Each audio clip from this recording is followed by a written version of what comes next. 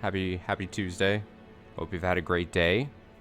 I'm here to read to your eyes and your ears.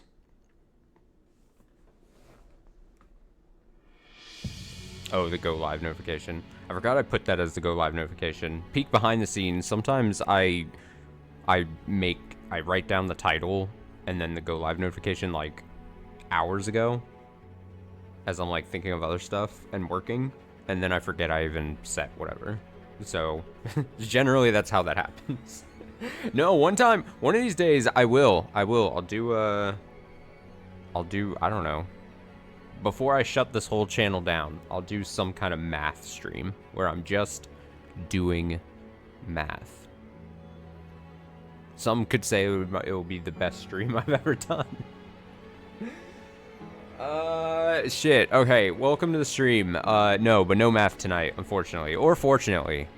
Maybe my brain doesn't need that right now. We're gonna be reading Fata Morgana as we do on Tuesdays. There was a chance I was not gonna make tonight's stream, but I think plans are gonna be made for tomorrow night. And so tomorrow night I might not be on stream. Or I'll be on stream, but I'll be full of delicious meats, potentially. I don't know. And I don't know how late I'm getting back home tomorrow, so... I'm saying it now. I might not be on... Don't take it out of context. I might not be on stream tomorrow, but we'll see. Plans are still being hashed out. Where's audio at? There it is. But first, before we read, we gotta do what we always do, which is adjust audio again. I can't have music drowning out my recaps. I just truly cannot. Okay, recap time. I believe we picked up last stream. Giselle and Mikkel, they're having a powwow. They're having a talking session. And I think we opened up the stream with her being like, all right, let's open up the channels of communication. Giselle's like, I need to get some things straight. So please just answer me these questions 3 or whatever. And she's like, do you actually have the ability to curse people? And he's like, no, I don't. That was a fabrication. That was a lie. I made it up. I can't curse people. And she's like, okay, so you can't curse people. Are you cursed? And he's like, oh, that's a really tough question to answer. I mean, what is a curse? You know, what the fuck? And then it's just like, all right, thanks, Mikkel, for nothing. Thanks for nothing. I think he explains a little more. I think he says his curse was like his appearance. I think he specifically calls out it's his pale skin. It's his white hair color. It's his ruby red eye color. And he's like very sensitive to light. And he said that his birth broke his mother. I think that was a specific thing. He was like, I looked so bad or something, or for whatever reason, my mom just fucking hated me, and it was like, okay, broke his mother. Great. He looked like, I mean, it's unfair because, like, really, he looks like almost, he's venturing into, like, no, he's like fishing for compliments. Oh, I look like shit. Oh, I look so bad and weird. I'm so abnormal and nobody likes me. And it's like, okay, okay, fucking dude, chill the fuck out. All right, you probably have something else going on, but in the looks department, you're not exactly lacking. That's an editorial note on my part. I digress. So then the family, like his family, believed that he was cursed, I assume, because of how he looked, and so that's why they're like, oh, he's a demon spawn or something. So we can't ruin like our noble family like reputation.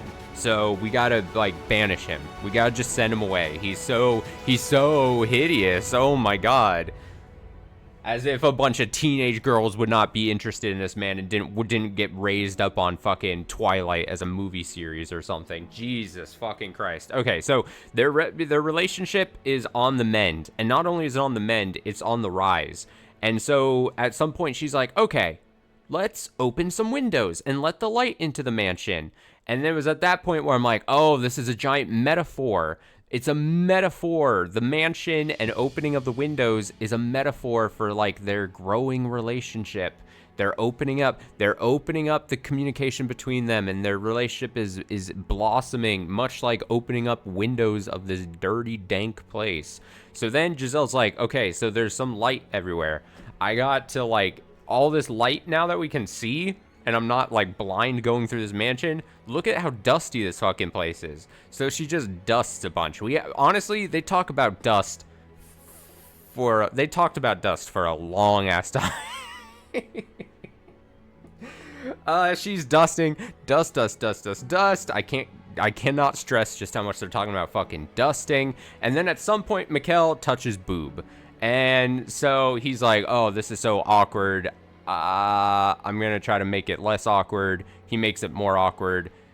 It's whatever. Then they play chess or something. They played some game. I think it was chess. My memory's not the greatest, but I'm pretty sure it was just basic ass chess. He demolishes her over and over and over again. Does not take it easy on her. She's she's trying, and she's just no match. So there was like that little montage of her ass getting beaten in chess. Then they like read a book together, and it's all kind of like semi-sensual because she's like, they're like rubbing shoulders or something as they're reading this book. I mean, take it where you can get it kind of thing. It's totally fine. He puts a rose in her hair at some point, and then he's like, oh, you're such a great model. Can I draw you or whatever? And she's like, I didn't know you drew. And he's like, oh, it was many years ago. I love drawing, but because I've been brooding and upset about everything, I stopped drawing. Maybe, I don't know. He said it's been many years, or my brother taught me or something. There was some line about something or other. So he starts drawing, and Giselle's the model, and they're like, oh, it's fucking great. Let's see. Oh, and then they I think it was right after that or something, they started having a moment. And then at some point someone said that they love that one person, and they were getting like close.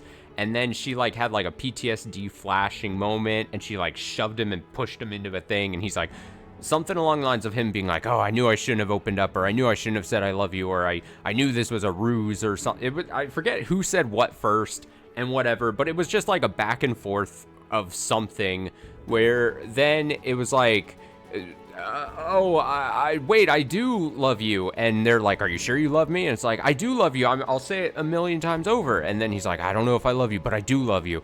And she's like, I do love you. I pushed you because it's like, I can't help it. It's like PTSD basically. And this was a traumatic thing that happened. And he's like, oh, it's fine. It's fine. And then at some point, they love and trust each other. And she's like, okay, we're having this very intimate moment. Can I like disrobe here and show you like a very, like, obviously intimate on 2 levels. I'm going to show you my naked body. And also I'm going to show you the scars that I guess your father gave me when he did his very traumatic thing to me.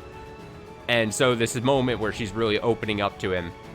And she disrobes, and of course she's got like a body yaddy type situation, and she's like, look how and then it's her turn to say that she's ugly or disformed or ugly or fishing for compliments. And she's like, I'm so ugly, and this is a very vulnerable moment, which it is. I'm not trying to take away from that, but she's like, oh, I'm sure you're repulsed by this or whatever. And he's like, are you fucking kidding me? Like,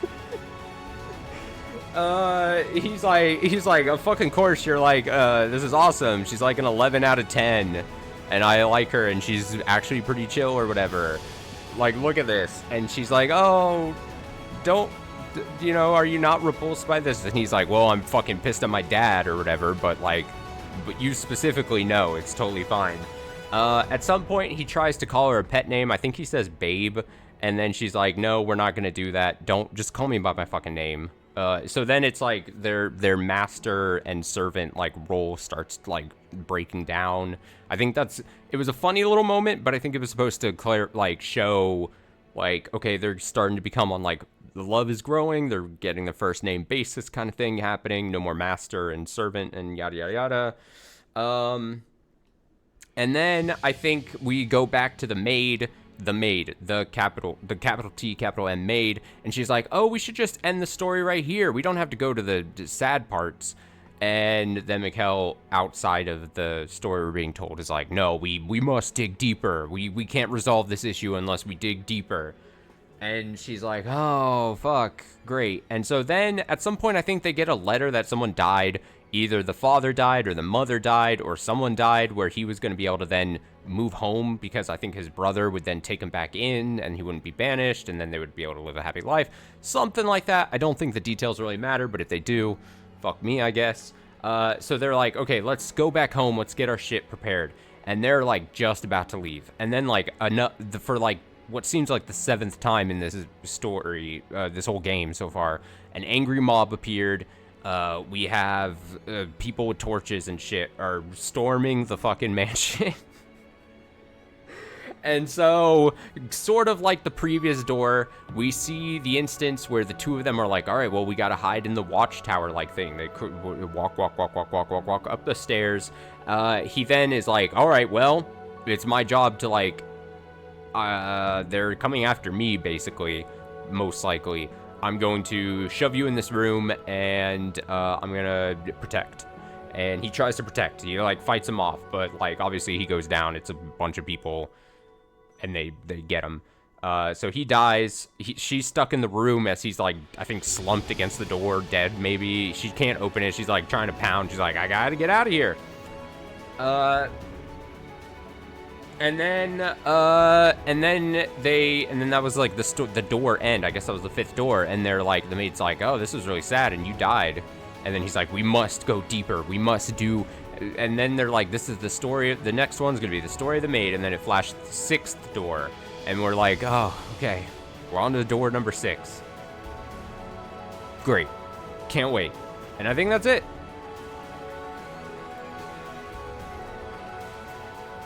The best recaps. My controller died. Okay, it's back. And we now read.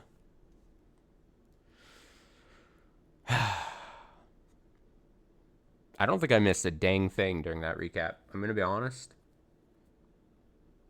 Not one of the most unhinged recaps, but that was thorough. It was thorough. I do like to think that there's like maybe someone who follows along in the series, but every once in a while they like miss like a stream and they don't have the time to like catch up on one stream. So then they do just actually listen to the recaps, and they're like I'm genuinely curious if anyone hears that, and then they're like, yeah, I feel like I'm right back into place where we were at. I understand everything. Everything makes sense. Oh, God. Honestly, I should make a supercut at the end of this of just all the recaps. And so you get like a very quick telling of the whole story just through recaps. Now, it's still going to end up being like hours and hours long, but it's not tens and tens of hours, right? And then I'll cut it together, put the thing, and then you get like a Spark Notes like version of Fata Morgana. Anyway, this is my tale, and the maid's tale. A tale of a foolish, naive girl. Looking back on it now, I'm ashamed of everything. But I will tell you my story in its entirety without embellishments. I ask that you please not let go of my hand. Are we picking up right where that door ended? The only things the knights left behind were a garment and a large pool of your blood. Blood had seeped into the fabric and was beginning to dry. When I clenched it in my hand, it made soft crackling sounds. The oppressive stench of death lingered in the tower. There's just no music. Kind of eerie. Mikkel, there's no point in life without you. You know that, right? Have a wonderful family? You know I can't do that.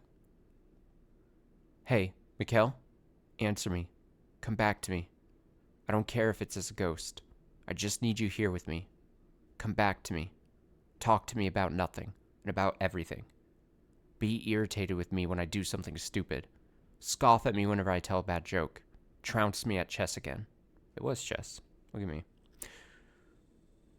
I don't know what else it would have been if it wasn't chess. That's why I was pretty confident in saying chess. Put your arms around me one more time. Come on. I'm begging you. Chutes and ladders, maybe? Monopoly? Sorry, go fish. Risk? Settlers of Catan? If you won't come back to me, then I'll go to you. I don't care if that's not what you wanted for me. This world without you is meaningless. Oh, shit. It's the red text! Oh, no! The spoilers for a game. Dying won't guarantee you get to see him again. He spends all this time refusing to talk to me, and when he finally does, he begs me to save his love. Oh, how the mighty have fallen. Rather disappointing, to be honest. Who are you? Where are you? Ha. Quite daft, aren't you? Within these walls, I am everywhere. And you've heard of me before.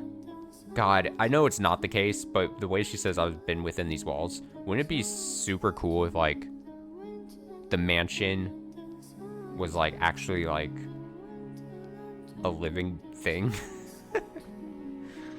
Now, maybe there's a chance that this thing is gonna be like, oh, I'm the personification of the mansion.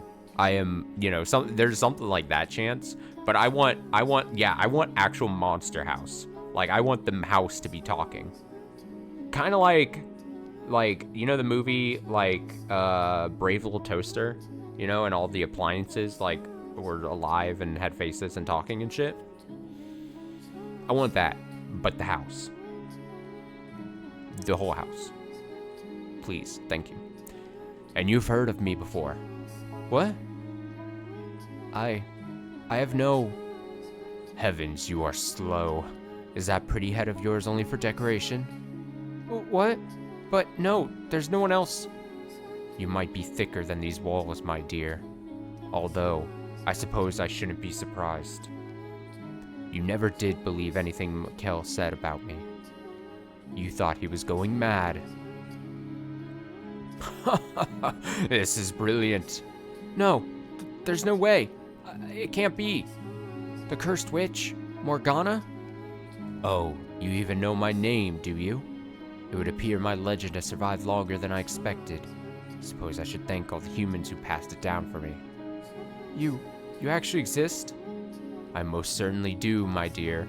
Now, is there some bullshit where this is just the psychosis? This is just, like, in her head? This is, like, she just suffered a really tragic moment. She saw this person that she was opening up to dying, and then she's, like, just... earlier, there was the fucking Mikhail was like, oh, I hear the voices in my head. And clearly that was, like, probably, like, a mental thing, too.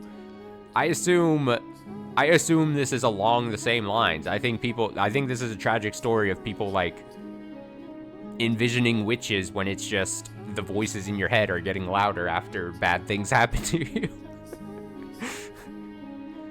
It's easier, when you're going crazy, it's easier to be like, yeah, it's some actual witch is fucking communicating to me.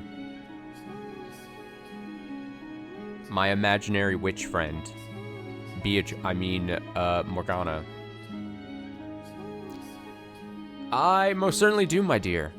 As I recall, you don't believe in the supernatural, do you? But it's hard to deny when that very witch is talking to you right this moment. Mikhail was not even slightly mad, my dear. I told him he was better off without his sanity, but he refused to listen. He wasn't deranged. His surroundings were. His environment, the people around him, his whole world. Can you imagine how dreadful that must have been? To be the only sane resident in a world gone utterly mad? It's a miracle he managed to keep his head. Remember what you said just before he died, my dear? You said it was all in his head. You said he couldn't tell the difference between illusion and reality. You said he had long since gone insane. Shouted at the top of your lungs. No, that's not what I meant. Ah, poor Mikhail. If only you had believed him about the witch. I feel bad for you too, though. You have my pity. What did you ever do to deserve this? Oh, and just to be perfectly clear, I played no part in either your or Mikkel's misfortune. A likely story, witch. A witch would say that, of course. It wasn't me. The only force to blame for that is fate. You were a good, honest, joyful, lovable woman, and look at how the world treated you. May I ask you something? Was it you who sealed me in the tower? Yes, it was. That was what Mikkel wanted. Wait, you literally just a few lines ago said it wasn't you who fucked with the misfortune. I would say part of the misfortune was what just happened. Slightly. Whatever. Splitting hairs, maybe. Once, I told him I would grant his wish, so I did as he asked. Though it looks like that ended up causing you even more pain. How tragic. So, you're planning to die? Are you hoping to reunite with him in heaven? That plan's destined to fail from the outset, my dear. God teaches that suicide is a sin and you'll go to hell for it. Then, I will not kill you. Why not? Because I swore to Mikkel that I would save your life. Poor Giselle. If you have any other wish, I'll be happy to grant it. I can't bear to see you so miserable. A wish? You have but a single desire right now, to see him once more. Isn't that right, Giselle? Are you saying you can make that happen? You'll bring him back to life for me? The forces of life and death are outside of my realm. That is God's territory, or the angels. However, I can guarantee you this. His reincarnation, no, his reconstruction. His reconstruction? Yes. Don't worry about it. You can meet him when you get him again. Not in this life, but in some future life. Just imagine it. Finding your beloved again after overcoming so much tragedy. 10, 20, maybe 100 long years from now, you're finally reunited. Doesn't that sound marvelous? True, unparalleled love in its purest form. What do you think? If I've learned anything from children's stories from my many years ago, it's always when a sinister being asks you to exchange, like gives you something in exchange for something, you take the deal. You don't say no. Screw the consequences. Live for the now. Or future, I guess, technically here.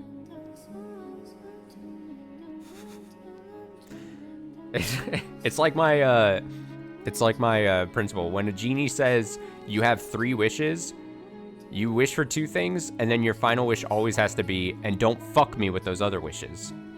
If you always got to use your last wish to say, don't fuck me with the other wishes. Like, cause you know, if you don't specify to not get fucked with, it's gonna be a monkey paw or, you know, finger curling situation, and you're not gonna get, it's gonna have some drawback. So always, this is a life lesson. If you have like multiple wishes, say whatever you want, and then leave the last one with a genie, don't fuck with me. That's always gotta be the last one. Helpful piece of advice tonight. Just because you can bring his soul back doesn't make it Mikkel. I want to be with him, that brusque, impenetrable, slightly immature, but gentle as a butterfly man, the man who sincerely, deeply loved me. If it's the same soul in a different body, can you still call him my Mikkel?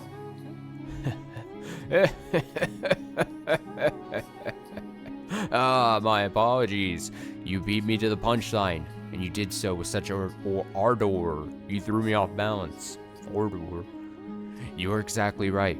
The idea that if your love is strong enough, you can both be reborn and have exactly the same relationship is utter fairy tale nonsense. You must be the same people to have the same love, which is why I am not promising his rebirth or reincarnation, but his reconstruction. This is the asterisk in the contract about to be signed here. This witch Morgana must have a very solid legal team. Your wish can become reality, Giselle. As long as you wish for it with all your heart, it can come true. I'll wish for his reconstruction as well. You have a witch asking to make this happen, my dear, so you can be confident that it'll bear fruit. And you wish for him to remain as himself. If he truly loves you, and he too wishes to reunite with you, your wish shall be granted. Will you really wish with me? I most certainly will, my poor, pitiful, dear Giselle. I shall offer up my most heartfelt prayers for you. I'll wish for it. Until the moment of my death, I'll keep wishing for us to be reunited as the same people. I can't guarantee your reconstruction, though. What? I only said I guaranteed his. Mikhail's is the only reconstruction I will wish for. I will not ask for yours. Why not? You're not looking at a benevolent, wish-granting goddess or an angel with a magic bow and arrow. You're looking at a cursed witch. Also, it's fun to mess with people, apparently. That's how I get my kicks. Then how am I to be with him again? I can offer you but one option that will allow you to reunite with your reconstructed Mikhail. Tell me, what do I have to do? You must live here with me. Live with you? What do you mean? It was Mikhail who resurrected me, but he could not serve as my guide. I have work to do, but I cannot do it alone. I need a guide to assist me. Because as you can see, I have no body. Oh shit. Is she gonna like... Yeah, the music has been really good. I've been reading over it and cracking lame jokes. Is the witch gonna like go into her body and then like she's like gonna physically change? Is that what it's some whatever, maybe jump the gun. Because as you can see, I have no body. If this house did not exist in this world, then perhaps I might be able to give myself form. My soul's form. I don't understand anything you're saying. You're so fucking confusing. You don't need to understand. All I need from you is for you to show your utmost hospitality to the people I'm expecting to show up at this mansion someday. Oh, see, this is... So we're truly getting, like, where we then see the explanation for the maid, and then why the maid has been through all these things. It's now explained. It's explained. If we're taking this at value, that we're being told the truth. Entertain your guests? That's right, my dear. Mikhail isn't the only one whose reconstruction I'm wishing for. There are others. Several heinous sinners. So I want you to serve as a maid and watch over them when they arrive.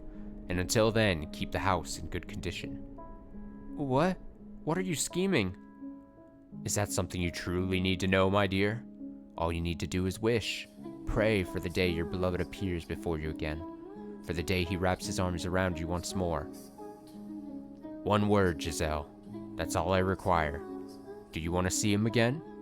Do you want to hear his voice again? I can promise you, you'll have your happiness back. What reason is there to hesitate? There isn't one. Or are you simply going to give up? Now, I know I was just talking about, like, making jokes about, like, oh, yeah, the spooky witch thing is in your head talking to you, and you're like, oh, yeah, I'm definitely considering taking this deal.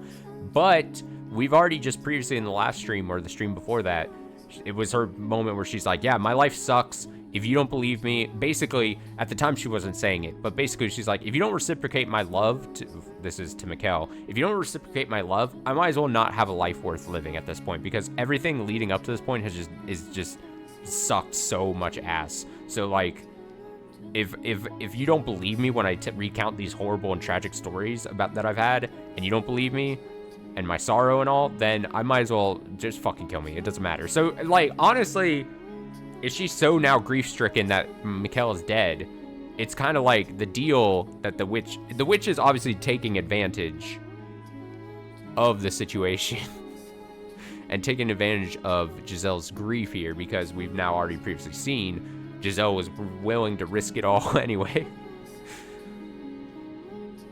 It's all around sucks. Anyway, she laughs and then says, I wonder, what would happen if you said no? If you disappear from this world, how will Mikhail react when he comes back? Will he be sad, angry, or will he forget about you and fall into the arms of another woman? No, he can't. Then make up your mind. Will you come with me, or will you throw it all away? I... I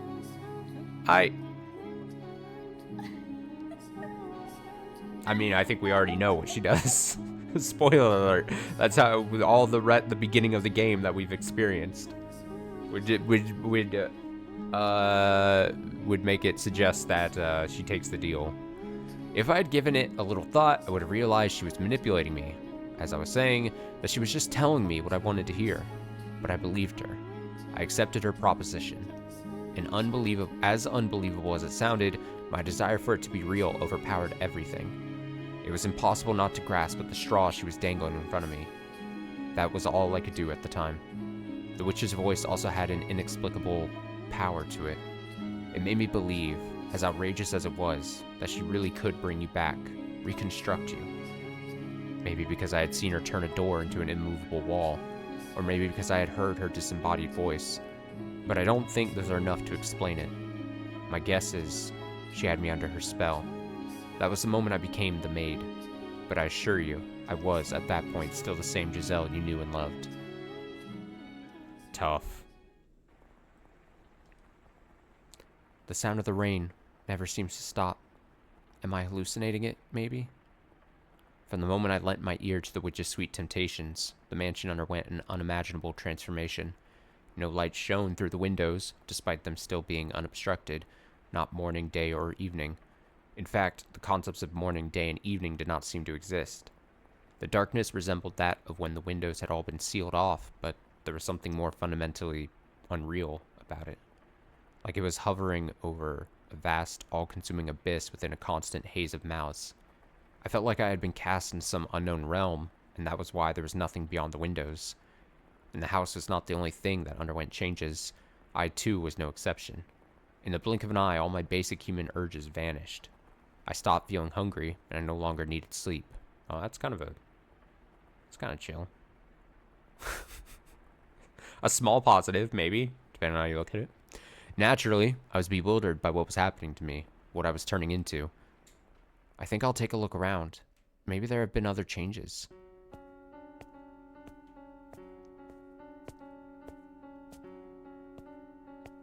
Now you get to dust for eternity. Happy dusting. So I meandered through the mansion's halls. My original intent was to explore the entire house, but I found myself drawn toward one room in particular. That's right, your bedchamber. There was no light, not a trace of color remaining in your chambers. But the bed was the same shape, the walls the same texture, the curtains the same design as when you had been alive. Mikkel, I'm praying. I'm always praying that someday we'll meet again. Oh, there's something hidden under the bed. What could it be? It's that painting.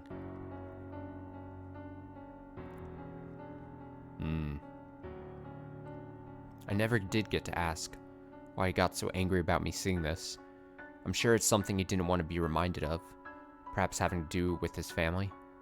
I was right not pressing him about it.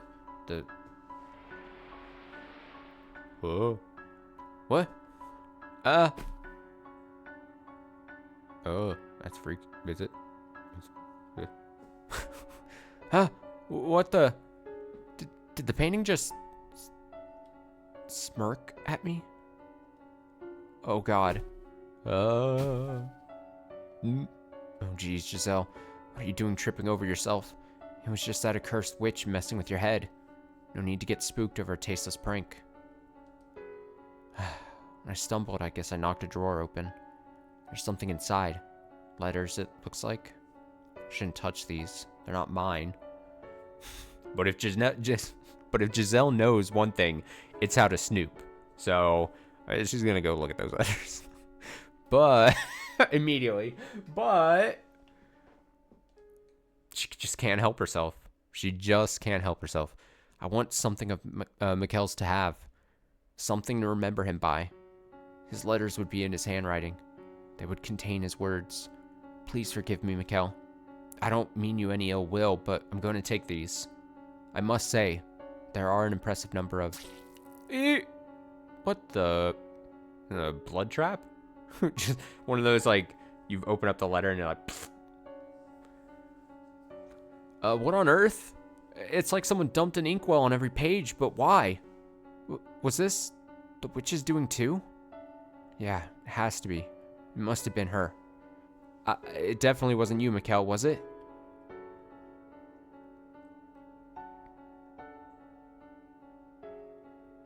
Well.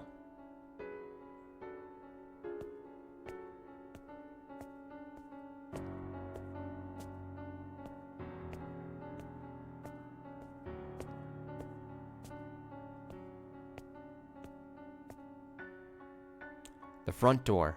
I wonder what it's like outside. I can't get it open. What's going on? Bar isn't set, but it won't budge an inch. It's just like up in the tower. I know, the windows. Yeah, jump out the windows. What's the worst that could happen? They should open, then I can... What's going on here? What the heck is going on? It's like there's an invisible wall in front of the window. My hand won't go any farther. This is Rich. What else can I do but laugh? What in the world? This is madness. Hurry up, Mikkel. Return to me. I'm coughing. And get me out of here. Please, get me out of here. Grunting noises. That I can't do. I'll trigger my coughing reflex. Duct tape. Yep. The witch is just like pulling pranks on her. I've glued the windows. I had no idea how to explain anything that had happened to the mansion, but it was clear enough that I was imprisoned within its walls. I was all alone in a nebulous sphere of bleak darkness, and beyond its walls lay void. The layout of the house remained unchanged, but I felt as though I had wandered into a twisting labyrinth. I could cry, but there was no one there to soothe me. All it did was provoke her disembodied cackling, which she followed with, "You chose this, my dear, so you need to hold yourself together and keep wishing." A mean witch. My only real pastime was cleaning. I dusted the same corners again and again, swept the same floors, polished the same dishes. One day I decided I would read the books left in the library. Despite there being more than 100 volumes, I finished every one of them in what felt like no time at all. My life was a never-ending cycle. Day in and day out, day in and day out. House had no visitors. No one, rather, nothing, at all set foot upon the property. There were no signs of other life whatsoever there. No birds singing in the morning, no cats sunbathing in the garden, no mice scurrying about the kitchen, no creepy crawly insects. There was nothing. Nothing at all. The only thing that broke the long stretches of silence was her voice. Tell me, was she kind to you? Was she friendly and courteous? Because she was quite harsh when she spoke to me. These were the kinds of things she was always saying to me. He didn't show up today, did he, my dear? Are you still praying, my dear? Do you think he'll actually come, my dear? I'm still wishing just like I promised, my dear. You know why he hasn't come for you, my dear?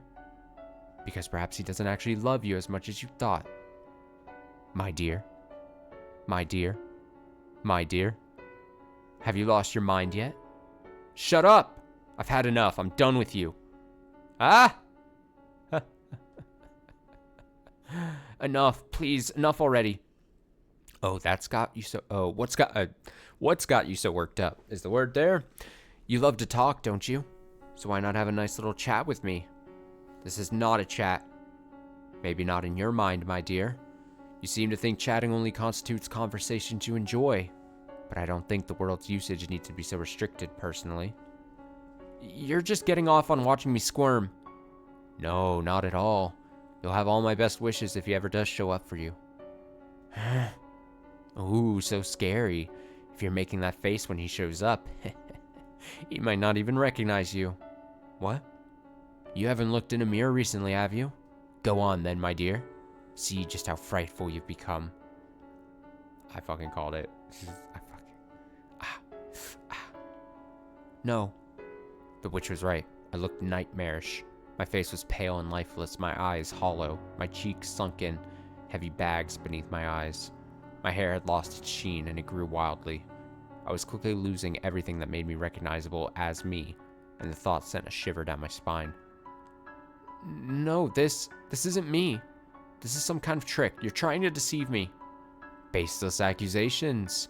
You really must stop blaming people every time something doesn't turn out the way you want, my dear. But my face was more what? More expressive? More cheerful? Brighter? Rosier? You're right. You were never this gloomy, were you? Right, I was always more cheerful than this. Naive girl. Could you be any more narcissistic? Huh? What you're looking at is undeniably exactly what you look like now. Time did not do that to you, nor did I. The negative energy oozing from within you is what's causing you to take on this form. Did you think you didn't have any dark, ugly emotions inside you? Did you believe you would always be able to smile no matter what? Did I skip a word there? No. Did you assume you were pure and beautiful? No one like that exists, my dear. What you see in the mirror is the true you. Your hideous, twisted heart. If you weren't always being so nasty, this would have never happened. Anyone's heart would be twisted listening to you long enough. So you're saying Mikhail's heart was twisted too? I spoke to him for years. No! I'm just teasing. I suppose I may have crossed the line there. I mean you no ill will, Giselle. Honest. Allow me to give you one word of advice, though. Look at yourself in the mirror often. If you continue deteriorating at this rate and end up looking like a corpse, when Mikhail comes and sees you, he won't jump for joy, but run away, screaming in terror. Stop talking! Please, just stop! You know, Giselle, this is only the very beginning. He might not show up for hundreds of years. I can't live that long. Absolutely brilliant. You still think you're alive. What? The moment you agreed to come with me, you ceased to be of this world. So don't worry about time, my dear. You can wait as long as it takes. As long as it takes for him to arrive.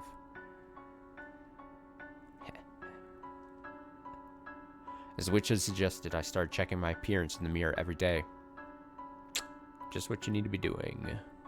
I wanted to ensure I didn't turn into some horrifying creature. My hair grew, so time seemed to be passing, but I didn't appear to age at all. The flow of time had become perplexingly vague and uncertain. Was it stopped? Or was it moving? I couldn't tell. On occasion, I would practice smiling in front of the mirror. My smile was, after all, my one really distinctive feature, and I was certain that you'd see me smiling more than anything. Even my appearance had changed drastically. I thought you would still be able to recognize me by my smile. A woman standing alone in front of a mirror practicing how to smile. I'm sure that was quite the comical sight. Reminds me of in Disco Elysium, when you're like in the mirror and you try to like smile. And that was about how my days went for an incomprehensibly long time. Oh.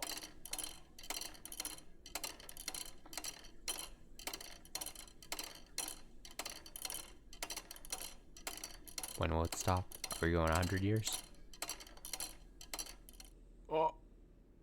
101 years? Was that 1099 to that? For the first 100 years, I kept track of how much time had passed. An hour, a day, a month, a year, 10 years, 50. Oh, I would go insane at this point. But once I had surpassed a person's average lifespan, the counting started driving me mad. There we go. And so I stopped. My sense of time began to numb. In place of sleep, I spent my days in a trance-like state. Doing so, I was less aware of the passage of time, which made it a little easier to bear. Suspended in this bubble of time, my mind went out to you. I know I'm making a lot of allusions to like Umineko and Higurashi, but just like in Higurashi, ooh, it's a spoiler if I say what I'm gonna say. Never mind, I'm not gonna say it. I take it back. Fuck. In my head, I was like, ooh, it's not much of a spoiler, and then I immediately was like, oh wait, no, it's a pretty big spoiler. I'm avoiding it. It's fine. The next thing I lost a sense of was myself. I lived as a human for 21 years. After spending nearly 10 times that trapped in the mansion, I began to feel like that was all I had ever been. That maybe my past was all a construction of my imagination. That, as an otherworldly being, I merely fantasized about being human. Had I actually had a family? Had there actually been other people in the world? Did cities and villages really exist? Was there ever really a time when light shone through the windows? When we were happy? But I knew if I started doubting everything, I wouldn't be able to maintain myself, so I settled on believing one thing: that you, Mikkel, were real. That you had been with me. That I had loved you. And that it was you who I was waiting for. I tried to always remember that one fact. Oh, I need water.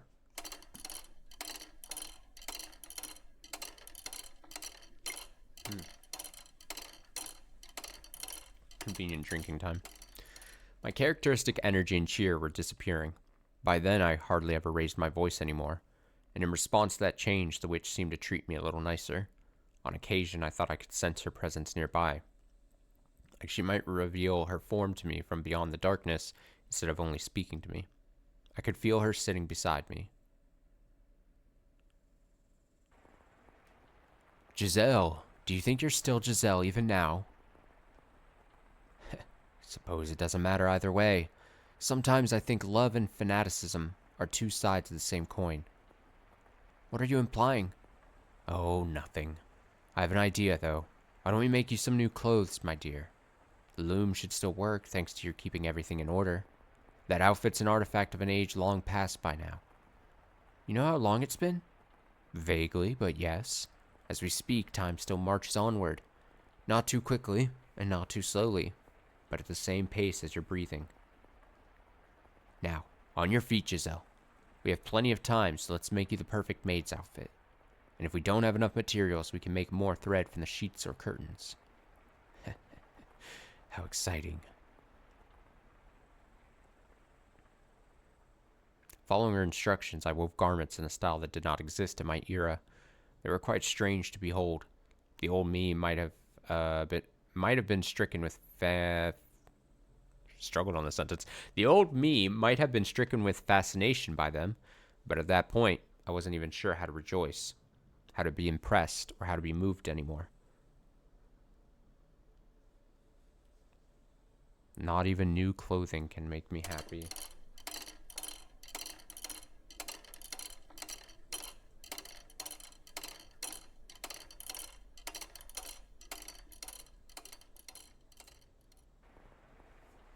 It sounds like rain again. Hiss. Hiss. Hiss. Hiss.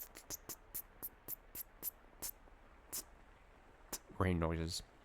What year is it? Hiss. Hiss. Is she making this noise? Oh, it doesn't matter what year it is. It doesn't matter where it is. As long as you're there. It can be anytime, anywhere. Where are you, Mikkel? What are you doing? I'm still praying. I'm still wishing for you to appear before me. Forever and ever and ever. And ever and ever and ever. I've been praying for so long, I don't even know how long it's been. Before you left, you said you were going to pray too. You said you hoped we could meet again in another life. I'm not misremembering, am I? Mikkel? Come back to me soon. I love you so, so very much. But my memories of you are starting to fade. What did your voice sound like? What kinds of faces did you make? Where did you like to put your hands on me? Oh, hey-oh. I don't want to forget. I want to always remember. My memories of you are the only thing holding me together, but they're slipping away from me. How did you speak? What kinds of things did you talk about? I'm losing all these memories. Please, Mikkel, come back to me. Before I forget everything. My beloved master. No, we don't do the master thing anymore, remember? First name basis. The thought crossed my mind that maybe Morgana's guarantee that you would be reconstructed was just a lie to trick me into staying here, but I quickly discarded it, because if she had been lying, it would strip all meaning from my very existence. It would take from me my purpose for being here, so I didn't want to accept that possibility. I had no choice but to persevere in my belief that you would return. I'd always thought I would be alright, and my faith would never waver. I still believed in myself. But you can be the happiest, most optimistic, resolute person in the world, and you'll still break eventually. And I was at the point where even the slightest tap would shatter me into fragments. Dang.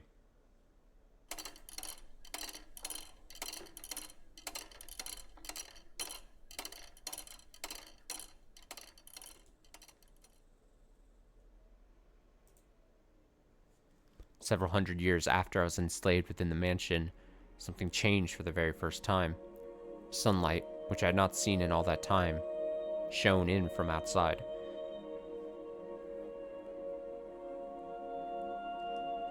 At first, I did not believe it was real. I thought it was a hallucination born of my inner desires, and I thought I must have completely lost it for my fancies to have escaped my mind. But it didn't matter if it was all an illusion. Gentle breeze blowing in through the window felt wonderful. The smell of grass, the chirping of birds, the glistening blue sky. It was like 1,000 memories rushing back all at once, and it brought tears to my eyes. The time has come, Giselle. It's time for you to get to work. And as she always did, the witch's voice crushed my elation, dragging me back to reality. Reveling in the sight of the outside was the last thing I should have been doing, for it was that moment that began my true decline. Work? What kind of work? Have you already forgotten? Oh, good heavens. Do you have your head on straight, my dear? As I said, I need you to watch over the house and show your utmost hospitality to those who show up. Is someone... This is merely an appetizer. Looks like someone's here. Hold on. I have no idea what I'm supposed to do. Do the same thing you have been doing. Be a maid. Convince the house's guests that this is a wonderful place. That you're not sad. Make them enjoy their stay. Now go on. I'm quite looking forward to this.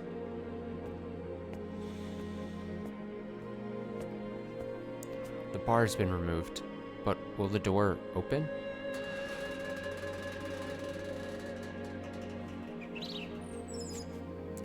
For so long the door had refused to budge. For so long light had forsaken these halls. For so long there had been no trace of life. And now, all that had been turned on its head. I felt like I had stepped into heaven on earth. I know it sounds melodramatic, so please don't laugh. It was almost certainly a perfectly ordinary slice of nature. Leaves and grass rustled in the wind, flowers specked the earth, and in the distance was a city I didn't recognize. I wondered where I was, of course, but I neither shouted nor jumped in surprise. Instead, I found myself accepting of my circumstances, as unnatural as they might have been. As I was standing there idly before the entrance, a carriage rolled up. Egad, could this road be any bloody worse? It's in dire need of paving on top of everything else. And who might you be, young lady? That outfit. He's speaking a different language. The middle-aged man approached me. Oh, it's an old man again. I'm an old man again. From his attire and the way he held himself, he appeared to be upper class. However, the words coming out of his mouth were not in the language I had grown up speaking. Could the mansion have moved somewhere far, far away? Naturally, I had no idea how such a thing was possible, and the longer I stood there staring at him absent-mindedly, the more incredulous he became. My immediate mission was to overcome the language barrier. Fortunately, I suppose, I was able to understand bits and pieces of what he had said. As merchants in the capital, my family did business with people from other countries, and as a result, I had learned a handful of words. The problem was, it had been so long ago, I had no confidence whatsoever in my ability to hold a conversation. I am a servant. Servant? Can't say I remember asking for a lady servant, but suppose these things do happen. Doesn't much matter who they sent. Who are you? You weren't informed? Bloody hell, off to a great start, I see. Well, what can you do, I guess? Name is Hayden Rhodes. Just a retired old man. As I am sure you have already guessed, this man was the Rhodes siblings' grandfather. He was also the first person I served under as the maid. Ah, simpler times. The Rhodes family. Remember that all those good memories that we had and shared and experienced? Now I'm having my own PTSD moment. For a member of an esteemed noble family, Hayden was a bit on the eccentric side. He only hired a handful of servants, claiming he was not fond of clamor. There was a single chef, a physician, a servant to take care of all the cleaning, and then me, who served as his personal assistant. Also, this music track. It's been forever since we heard it, but I immediately heard it. I'm like, oh my god, this is back. Whenever he got the chance, Hayden would chase me down and make me practice proper etiquette. According to him, I had much to learn. You are, at least technically, a servant of the Rhodes family, young lady, so I can't have you going around playing the country bumpkin act. Damn, rude. Yes, sir. And we'll have to do something about that accent too while we're at it. I have an accent? Thicker than bloody molasses. Now, no interest in sticking my nose into your business asking where you hail from, but while you're here, you must act the part, young lady. Lucky for you, I'm retired and have all the time in the world. I'll teach you everything you need to know about proper etiquette. All right. Speak up, will ya? Yes, sir. Hayden did not go easy on me either. In addition to my day-to-day duties, I studied etiquette, language, proper pronunciation, and formal diction. Anytime I made the slightest mistake, he would shout his dissatisfaction. Listen carefully. A servant is the face of a house. Servant's gaff is her master's gaff. Always keep this in mind. You're not just a maid. You must always act with elegance and grace. You must always maintain your composure, even if the house is falling down around you. Whatever happens, you deal with it quickly and quietly. Your language must be immaculate. No ums, uhs, or pauses, for any reason. Yes, sir. No stammering either. Sorry. Bloody hell, you are not going to make this easy, are you? Whose idea was it that a country bumpkin would make a good servant?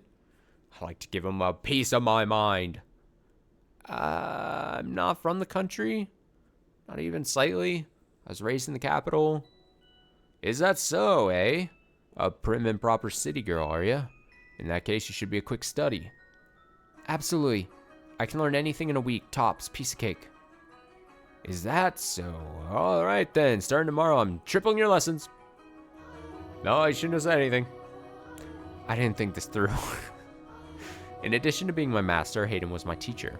When he yelled, he grew twice his size and I shrunk to half mine. But it wasn't at all an unpleasant experience, because I knew he wasn't raising his voice to belittle me. His instruction may have been harsh, but it was human interaction. There were people around that I could talk to, and that was wonderful. I was starting to regain some of my humanity.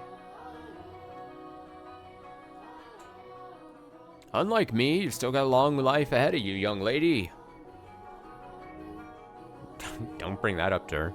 I don't know what kind of life you've lived, but I can't imagine it's been all that easy. Not many servant girls your age without a home to go back to. Which is why you need to learn this. Once you've got all the rules and customs down, you'll be able to hold your own at any noble's estate. You shouldn't have any trouble keeping yourself employed. Sure you think I'm just a loud, obnoxious old man, but I believe we met for a reason, so I hope you'll stick with me. I, don't think about you like that at all, Master. You're a remarkable man. One more time. I deeply appreciate your generous consideration, Master, from the bottom of my heart. Aye. Great. Wonderful. I didn't know much about Hayden's situation, why he had retired to this mansion all alone, away from the rest of his family, but anytime I asked about them, he would say, "It happens sometimes," with a melancholic frown. Before long, 2 years had passed. By that point, my etiquette had improved enough to satisfy his high standards. In that time, the mansion underwent a number of decor changes, as Hayden brought in sculptors to work on different areas of the house. He also sealed off rooms that were not in use, such as the observation tower and the chapel. It was a sad thing, seeing areas with so many memories for me falling into disuse, but as a mere servant, I had no say in the matter. In addition, Hayden seemed to greatly enjoy renovating the house, so I watched him warmly. The furniture was all gradually replaced, gorgeous paintings hung on the walls, colorfully patterned curtains installed, and a brilliant rose garden planted. These roses come from all across the world. Nowhere else can you see so many different varieties in one place. It's beautiful. Did you know that in the city people are starting to call the mansion Rose Manor? Rose Manor? And to think there used to be nothing but weeds here. Amazing how much it has changed. I never thought I would see this garden turned into something so beautiful. Are you fond of roses, young lady? Yes, red ones especially. Red roses mean a great deal to me. They remind me of a time long past. Given one as a gift, were you? No, I believe I was the one who gave the rose.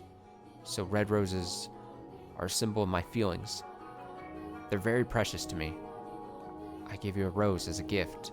You plucked it from its stem and placed it in my hair. Am I remembering correctly? My memories are so vague now. I can't even remember the look on your face that day. There are some kids I'd like to give roses to myself. Who? My grandchildren. Oh my, you have grandchildren? Aye, though we haven't been in touch for some time.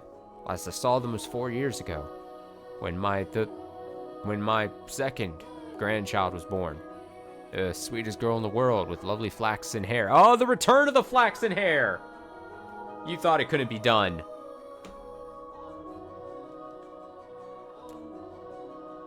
She's gonna be a real beauty when she grows up. Anyway, they're wonderful kids, and one day I want to hand this garden over to them. Each and every rose containing my hope that they'll lead comfortable, healthy lives free of strife. I'm sure your wish will come to pass. Your grandchildren will have wonderful lives. Aye. The grief of not having you around still weighed heavily on my mind, but I was slowly approaching contentedness. Life with Hayden was slow and uneventful, peaceful and relaxing. I imagine my heart was seeking anything to alleviate its pain, and it found that in the beautifully remodeled mansion, the garden blooming wildly with roses, and my time with Hayden. I was even beginning to think this life was enough for me, that I would be okay with this being the end if it meant more of the tranquility I felt. I was, like a coward, considering giving up the fight. Please do forgive me for ever considering such a thing.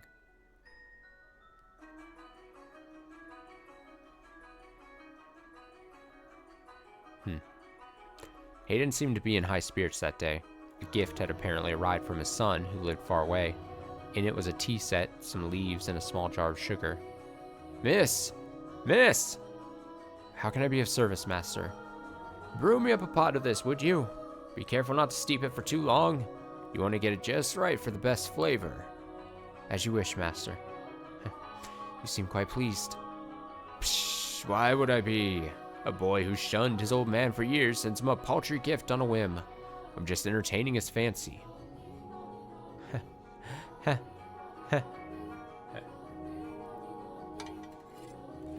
Your tea is ready, master. Ah, what a wonderful smell. Tea and roses are life's best damned spices. Now let's see what that boy chose for me. If it's no good, I'll be sure to write him an angry letter. He looks so happy. He must really love his family. It's a little bitter. Shall I brew another pot? No, it's not your fault. Must be something in the leaves. Would you like to add some sugar then? There was a small jar of it with the tea set.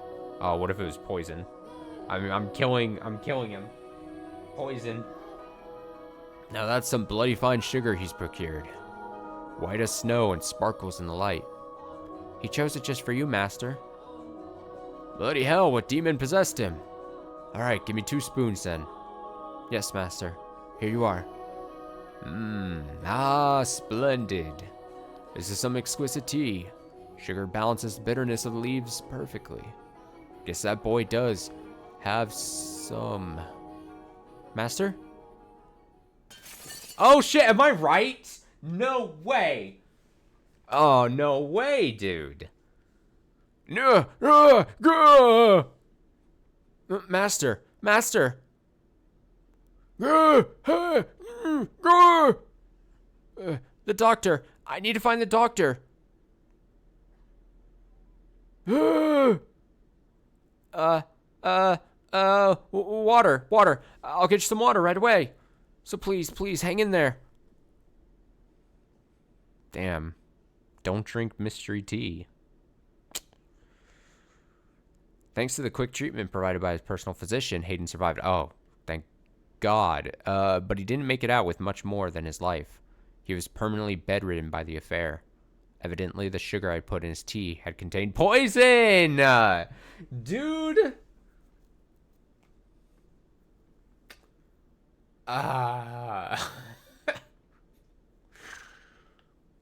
Which had done irreparable damage to his nerves and muscles. So unfortunate. Most of his body was completely immobile except for his left arm. It's a bummer. Bad luck. We go again. Can I bring you something? Some water? I've had more than my fill of water. Don't need to wait on me hand and foot. That face says you need to distract yourself by working. Remember what I told you. A noble family's servants must always act with elegance and grace. You must always maintain your composure. But how can you expect me to remain composed? If I had only examined the sugar more thoroughly. Yeah, aren't you always supposed to taste test things before you serve them to your masters or whatever? You should have given that sugar a little lick. Especially with how fast, how fast it acted. Like, she should have sacrificed. Took a little dab of that. You never would have noticed, young lady. I examined the sugar and didn't see a bloody thing wrong with it. He was damn crafty, that's for sure. Why would he do this?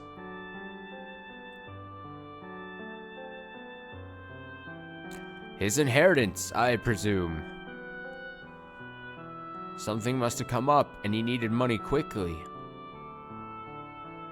I mean, she would die from a little lick, I think. Well, that's what I was saying. She should have tested it. She's the maid in this case. She should have been taste testing for him. Oh, wouldn't. I don't know. I don't know how potent it is. Good point. Maybe not. I don't know. I mean, it's not like she just put some sugar in some tea. That's not a. I mean, if she licks it, she would have to lick. I don't know, a good amount. I don't know. We don't know how potent the poison is. But I don't know. I think if a spoonful or whatever you would put in tea is enough to do what it did to him, I think she would have some reaction to like a good lick. I don't mean just like barely touching the tip of her tongue. I mean like a full. I'm gonna make a sound effect. A full Yoshi's tongue of the poison sugar. Like if she did that, she's gonna see what it does. That's no reason to poison your own father. Blood is nothing but an obstacle to ambition. I'm sorry, I'm laughing. Or maybe he just hated me. How could anyone possibly hate you? Perhaps that could be said of the me you know. But when you live as long as I have, you're bound to make an enemy or two. Mine just happened to be my son. I was planning to give him everything anyway. He didn't have to do this. It all would have been his. Master. Killing me doesn't accomplish anything, but I guess it doesn't much matter. Say, could I ask you something, young lady? What can I do for you? I don't want it to get out of that Hayden Rhodes was poisoned, so could you tell people that I passed away peacefully with a beautiful nurse tending to my every need? You're not dead yet. Please don't talk like that. You're scaring me. No stammering. But... Well, I'm not saying it'll happen immediately, but I am an old man, and one day you'll wake up and I'll be gone. This is about my own pride, not my son. Last thing I want is to go out with a black spot on my name. Tell me you'll do this, Giselle. He's never said my name before. As you wish. Thank you. You're a peculiar girl, you know? Sometimes you seem greener than the leaves in summer. Sometimes you seem like you've seen 12 kinds of hell. And every so often, you seem not of this world. Your skin is pale, your hands as cold as ice. You're heading out for the night? Alright, have a nice night. Take it easy. Your skin is pale, I already read that line. Everyone Your hands as cold as ice.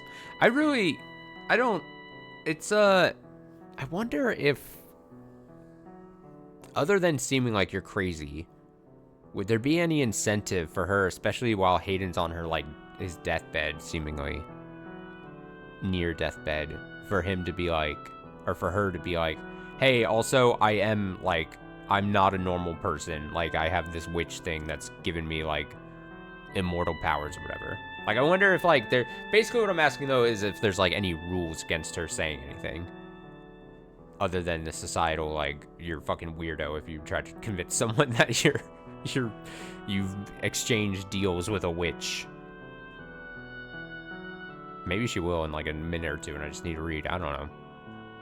At one point, I thought you might be Death himself. Probably not, since Mikkel talked about Morgana. Good point. Good, actually really solid good point. So there wouldn't be any, there's no like, yeah, rules against it. Well then, that leads to my follow-up question is, why doesn't she? I mean, here, like I said, especially because he's on to something. He's kind of close to something, nailing something. And then he's about to die. I don't know what it really helps. But if you've been in this situation, if you're her, if you're Giselle in this situation, and you're also have been driven, like, to insanity, basically, and you're also, like, it's just final confession. Hey, also, whatever. I don't know. I'm probably overthinking it, but I was wrong about that. You have too big a heart to be Death. You care too much. You must be carrying a very heavy cross on your back. What am I supposed to do? I don't want to lose you, Lord Hayden. I don't want to lose this life. You have someone, don't you, young lady? Someone you're dying to meet again? Yes, but I don't know anymore. I don't know how long I'm supposed to keep waiting. If something doesn't happen soon, I don't think I can hold myself together much longer. I was so close to breaking down, and it was you who kept me on my feet. I'm sure you've tried to remain strong plenty of times, so I'll give you some different advice. A trick for when you think you're losing hold of yourself. Build a cocoon. A cocoon?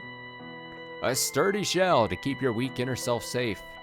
This world has no interest in protecting you, only swallowing you whole, so you mustn't readily expose your true self. You build a cocoon, and you play the role you need to help. That way, real you will remain unharmed. It's not pleasant to hide yourself like that, but it's better than leaving the world crush you. Letting the world crush you. But a word of warning, if you spend too long in the cocoon, the real you is liable to disappear forever. You'll be swallowed up by your own protective shell. Hope you find whoever it is before it's too late. But what if Hayden is the person she was waiting for? We just don't know it.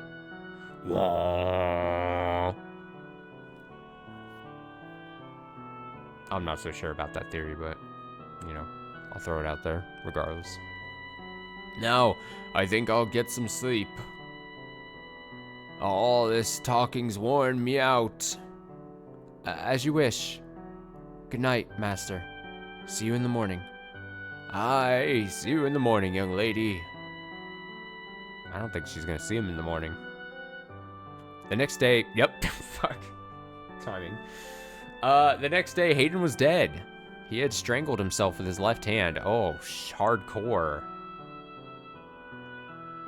I should have been more attentive. I should have recognized how much pain he was in. How much it crushed him to have been betrayed by his own family.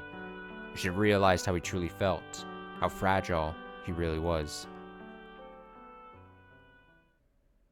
I fell into a hopeless gloom. I could hardly believe that the quiet life I had finally attained had been shattered in the blink of an eye. Hayden's other servants quickly went their own ways, and I vividly remembered the dirty looks they all gave me. Everyone who knew how he had died assumed I had done it. I had no reason to kill him, though, but they had more than enough to believe so, for I had indeed been the last person to see him alive, and I held firmly to the story he had asked me to tell. While I was unable to convince the other servants, his family was far more accepting of the story that he had departed for the next world happily. Though that did not make the truth any less heartbreaking, especially since I was the only one who knew it. Why does this always have to happen? I was happy, but I can never seem to keep hold of it for more than a flash. Despair always comes marching in to rip it away. What am I doing here? What kind of person were you, Mikkel? What kind of person was I? Oh, my dear, you look positively miserable. Why should you despair at the death of some strange old geezer? Morgana, was Hayden one of those whom you wish to be reconstructed? Ha! I have no interest in that wrinkled bag of bones. And if he was one of them, do you really think I would have let him go so peacefully? Peaceful? You call that peaceful? You call his misery peaceful? I most certainly do. And since you do not seem to understand this, pain of death lasts but an instant. The worst torture can only be inflicted upon the living. Setting two loved ones against one another, manipulating one into taking the other's life, and then forcing him to live with that. That stage hasn't even been set yet, my dear.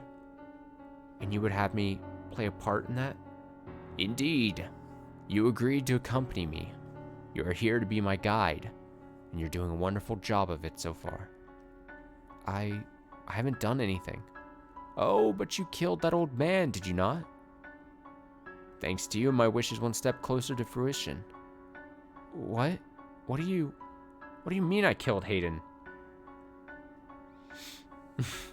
Yeah, like I was saying, Morgana's got to get her kicks in somehow.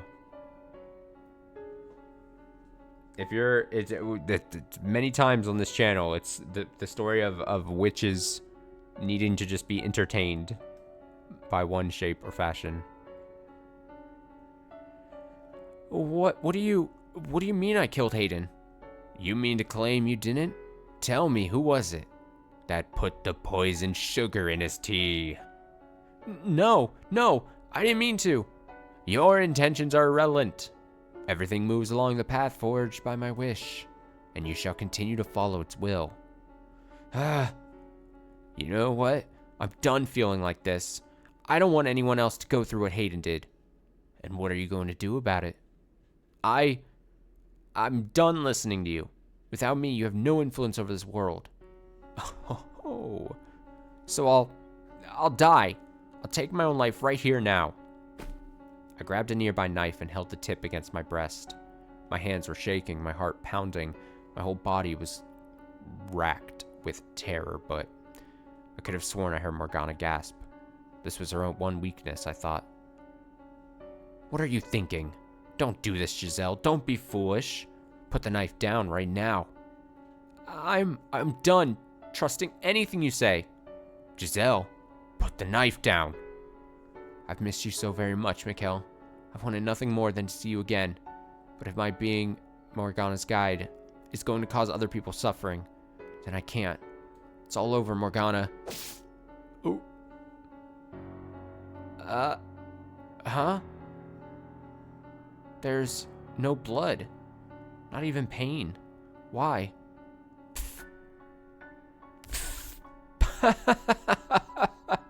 Absolutely brilliant. I told you not to be foolish, but you just wouldn't listen to me. Such a silly girl. I really am. Dang. I couldn't even die if I wanted to. Learning that absolutely crushed me. My backup plan, the one escape route I had thought available to me, had been ripped away.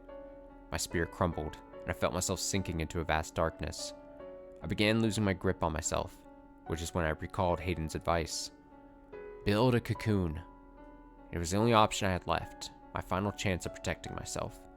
Although ultimately, I was unsuccessful in that endeavor, as you know. But by that point, my mind and spirit had all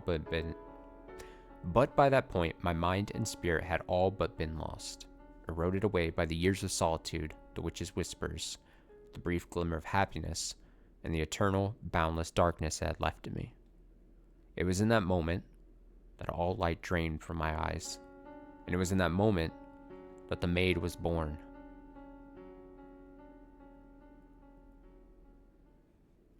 I am no longer Giselle. No, for fuck's sake. If I never saw Nelly again, I would be a happy camper.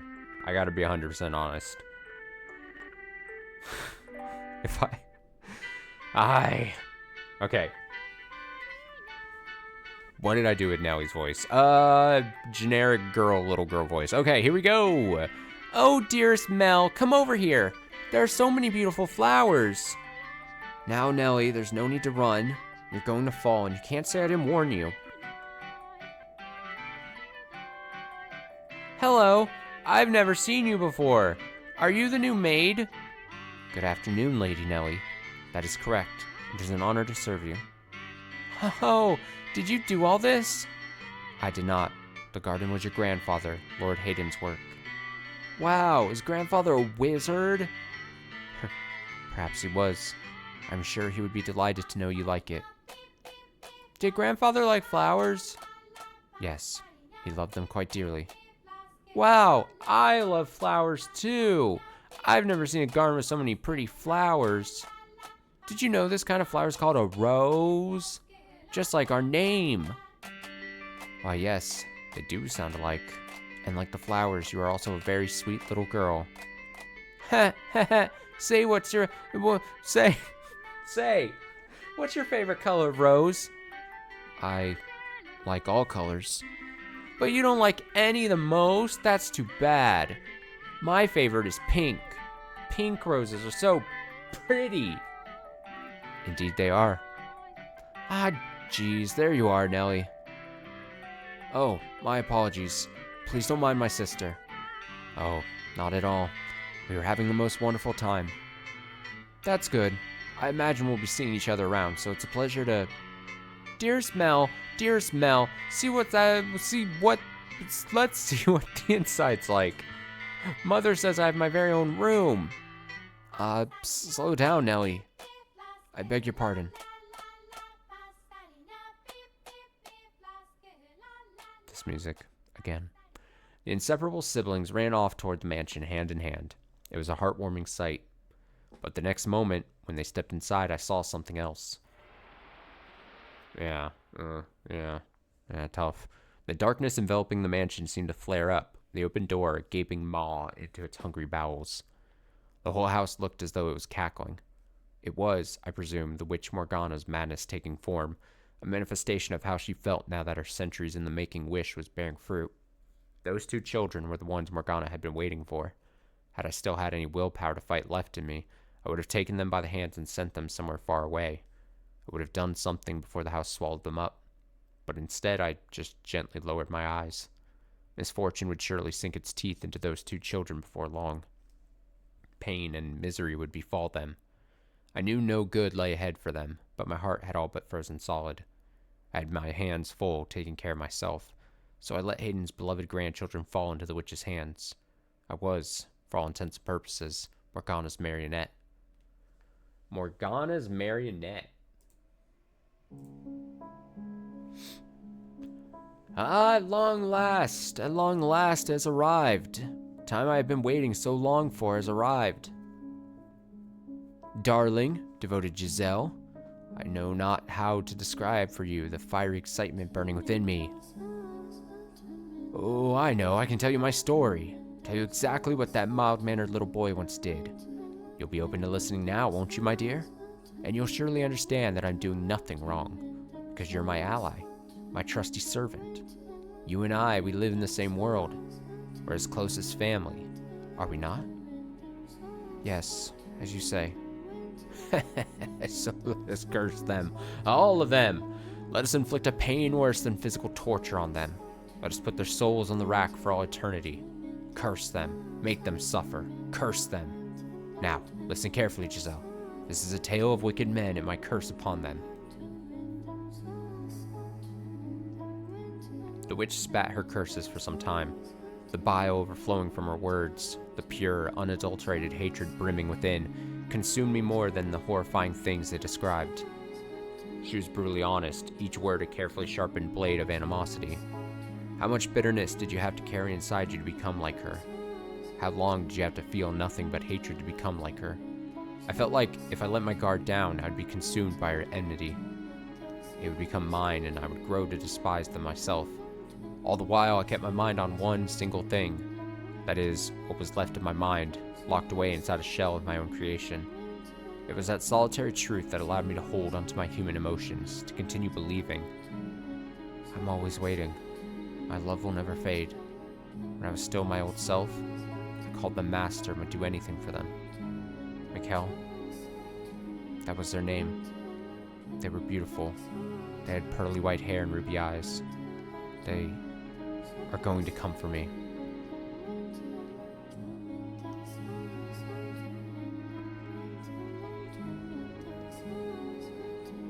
My memories.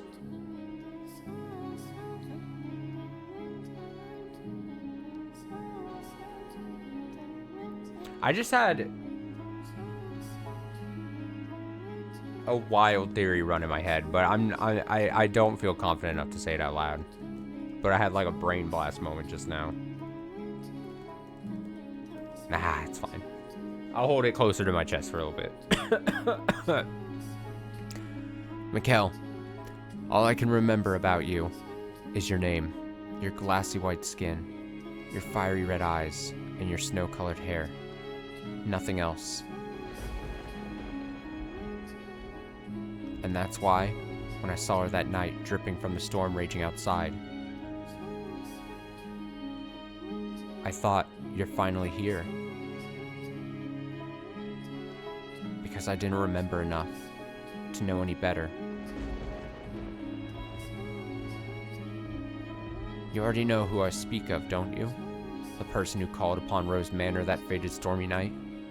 The girl with almost translucently pale skin, chillingly white hair, and eyes like jewels? Ah, what a beautiful girl. Her hair, her eyes, her porcelain skin. It all matches the person in my memories. She must be the one I've been waiting for. If she is... Is something the matter? No, I just thought I felt someone watching us. It's only your imagination, I'm sure. If not your imagination, then perhaps some unseen force was watching you. Unseen force? Are you familiar with how people refer to this mansion? Rose Manor? Yes, indeed. It is called Rose Manor because you can smell the sweet fragrance of the rose garden even at a great distance. But that is not what I meant. It is said that a witch resides within the house. A witch? I've not heard of any such stories. You probably wouldn't have. It was a very, very long time ago. Nothing you need concern yourself with. You have a peculiar presence about you. Should I consider that a compliment? Peculiar presence, she says. Does she sense something in me as I do her? This has to be her then. Her name. I need to ask her name. It's getting late. You should get some rest. A room has already been set aside for you. But first, may I ask you one thing? Yes? I do not believe you have given me your name yet. My name? My name is... Michelle. I was like, they're gonna just make it Michelle. Like in my head, I'm like, they're just gonna like, boop. We're just gonna boop the name. Just feminize it just slightly. Ah, I knew it. You are the one. What? You are the one I have been waiting for. I've endured so much in anticipation of this moment, so that I could reunite with you.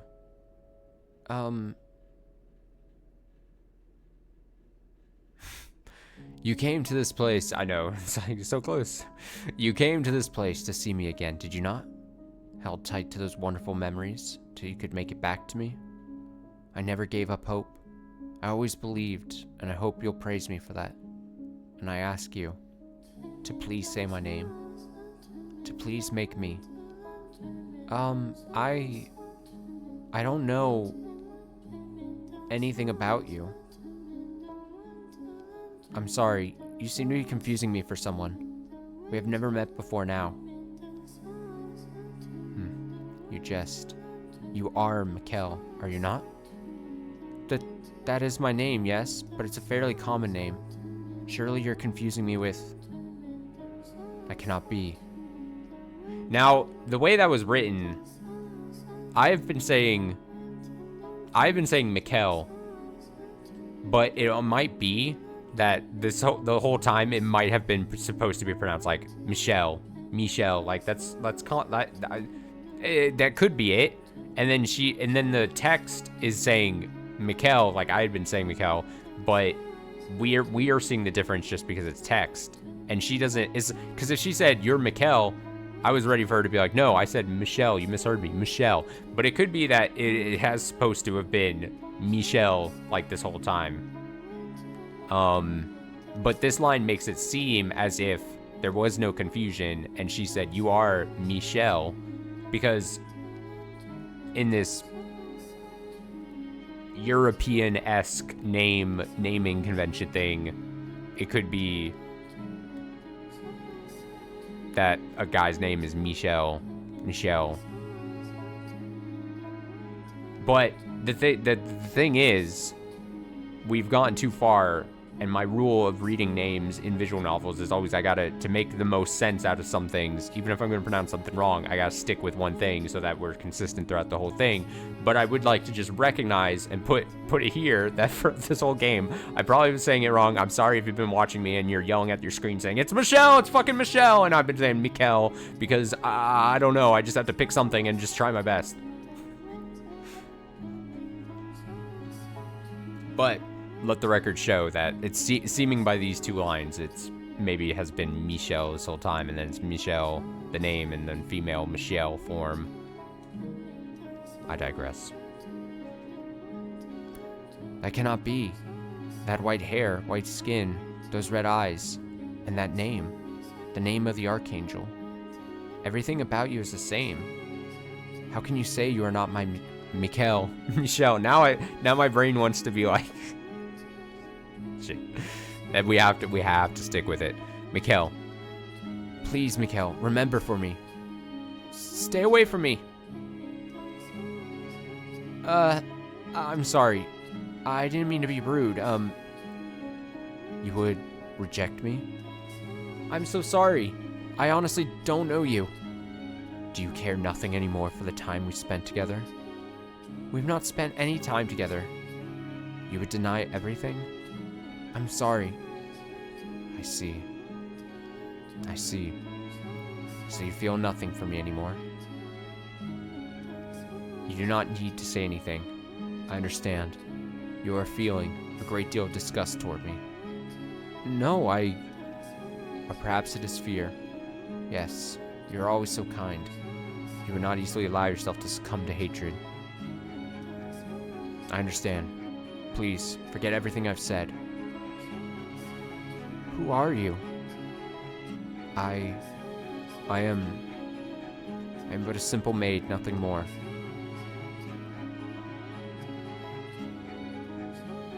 Laughable, isn't it? I no longer recognize Mikkel as anything more than a concept.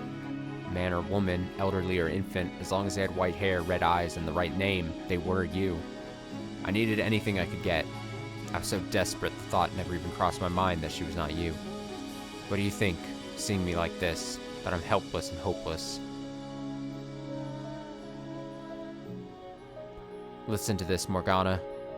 Mikkel is back. She's finally come for me. But she does not remember anything, it seems.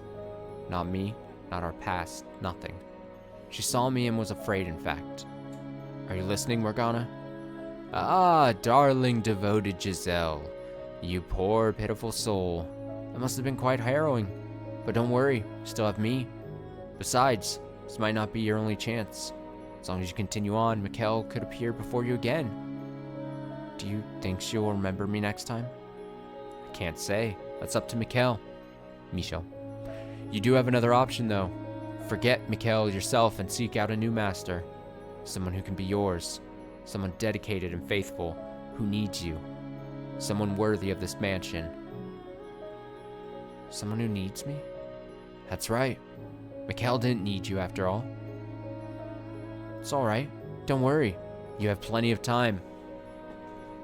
You have nothing but time, you could say.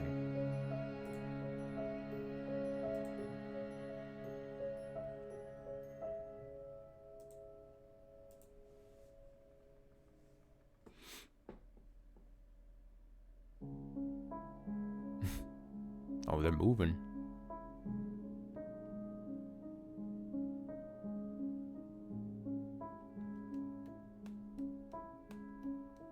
No, we hate, all my homies hate Nelly.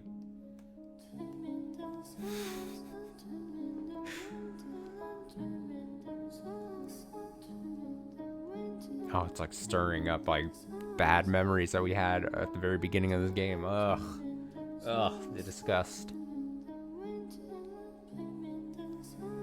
The misfortune.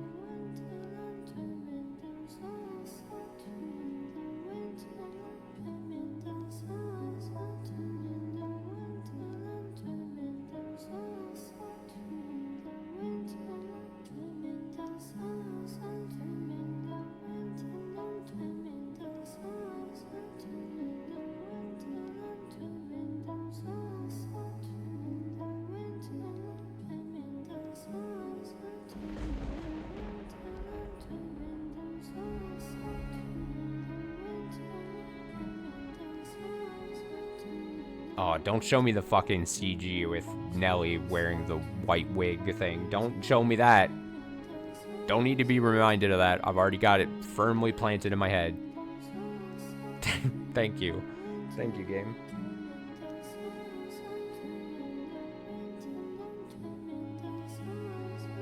I mean, now are we just gonna go and rewind through all these meetings of Michelle as the maid? I'd assume, I guess. It's raining again today.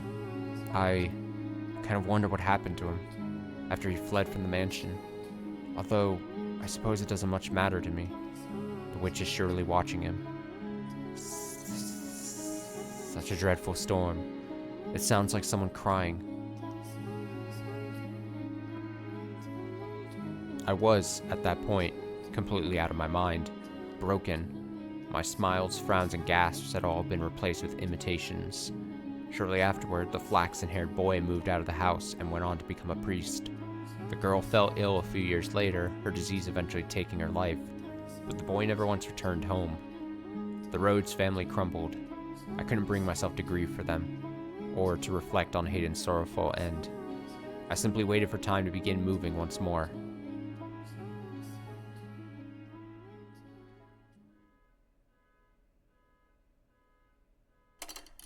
There's a car alarm outside.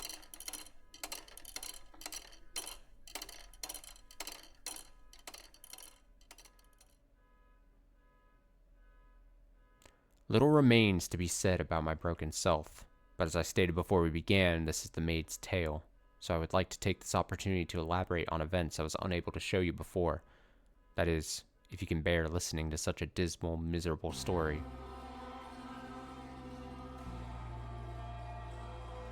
Oh, okay. Well, we'll hear more of this abysmal story here after the break. I need to take a BRB. I gotta be 100% honest. I almost forgot about this door with the beast man, the shadow man. That's how, it wasn't even that long ago, but my memory is so shit sometimes that I'm like, I forget. Only until she was like meeting with the beast, I was like, oh yeah, we don't go directly to the abusive railroad guy. I was expecting railroad guy now. I was skipping over the beast man. Holy. All right, I'll be back shortly. Give me a few minutes and we'll talk about the beast man.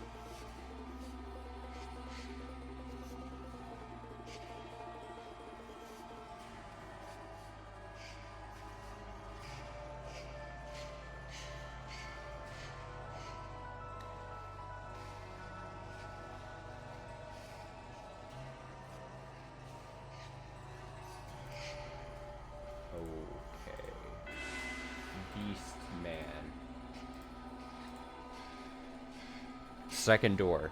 Beast Man. I already told you in my meeting with the beast, so I'll begin the second tale from here. Oh yeah, his name was Bestia. After Bestia slaughtered the merchant who showed up at the mansion, his mad laughter echoing through the halls. Haha, hee hee, ho ho. Yukimasa was his name. Oh my god, all these, I'm remembering all these things.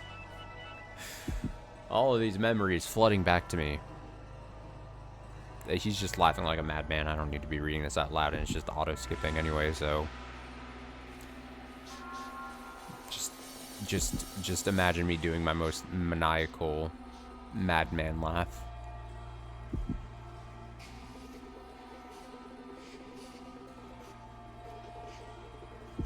I just don't have the heart to do it. I don't have it in me. I don't have that dog in me. Ha, ha, ha, ha. Hey, ha. Did you hear that? Did you hear his screams? Ha, ha, ha. He said I was a monster. A mutilated body lay sprawled across the living room floor. As you can imagine, that was my first time ever seeing such a bloody, mangled corpse.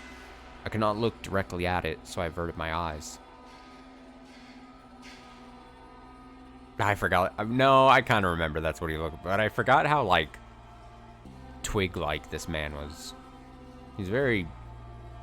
That's what it is. Who am I to comment on? Hey, you saw it? I just proved that beasts are stronger than humans. Indeed you did. Ah, I know. I got a great idea. You asked if I wanted to become the master, and I said I did. Which means you work for me, isn't that right? So you'll do whatever I tell you to do, won't you? What would you have me do? Chop up his arms and legs and make a stew out of him. Okay, well, that's unpleasant. And don't you hesitate, or you'll end up like him.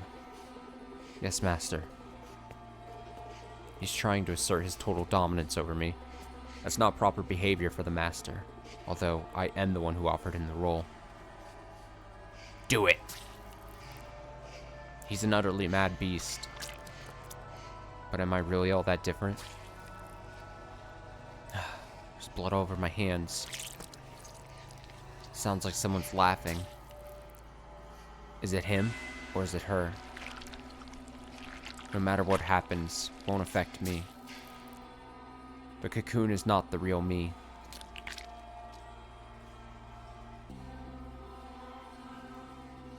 I was looking down at what could only be described as a pile of human debris. I had done this, but that fact did not register with me. I felt nothing at all. Not regret, not anger, not sorrow or despair. Put it on the fire. He said he traded in spices. That should give him a very unique flavor. Ew. Gross, man. How am I supposed to work with this? I was quite simply puzzled. No one had ever made such a request to me in my hundreds of years at the mansion. That's all I was, puzzled. But he interpreted it as hesitation or fear. So he grabbed me by the shoulder, knocked me to the floor, and skewered me with that curious blade of his.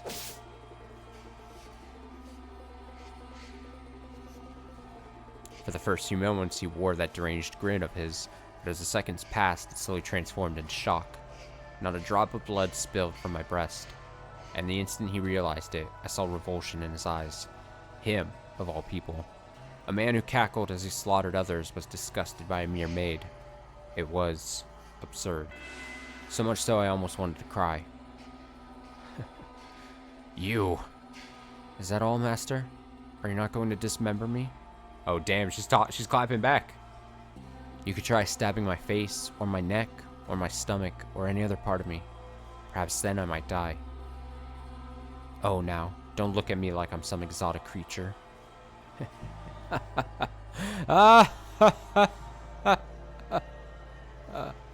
Stop that. Quit laughing. Why should I? My only distinctive feature is my smile.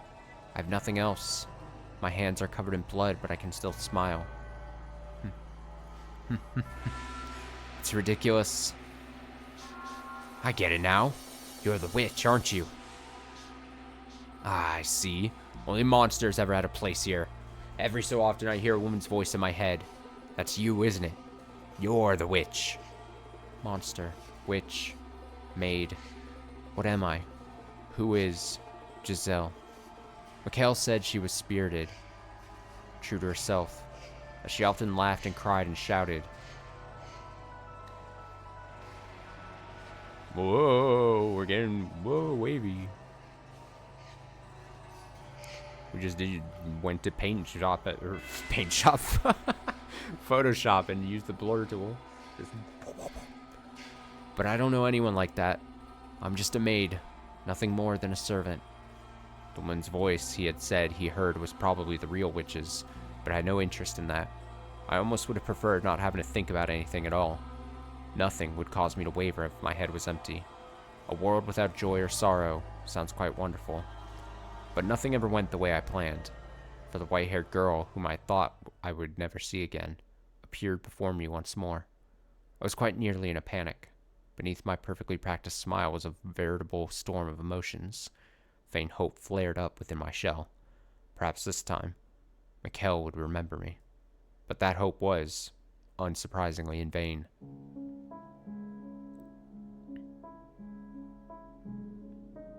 Is someone there? Yes, I came by to ask if there was anything you needed. I cannot offer you anything extravagant, not like before, but I'm here to provide you with anything in my capacity. I appreciate the offer, but I need nothing. Being allowed to stay the night is more than enough. Do you work here in the mansion? Yes, indeed I do. I've been here for a very, very long time. A very long time? You might think this is an odd question, but have we met before? Something about you seems familiar. My heart. And I get the feeling I've been in this mansion before. Yes, we have met. It was quite some time ago, though. When was it? It was an unimaginably long time ago. Do you remember a boy and girl with flaxen hair?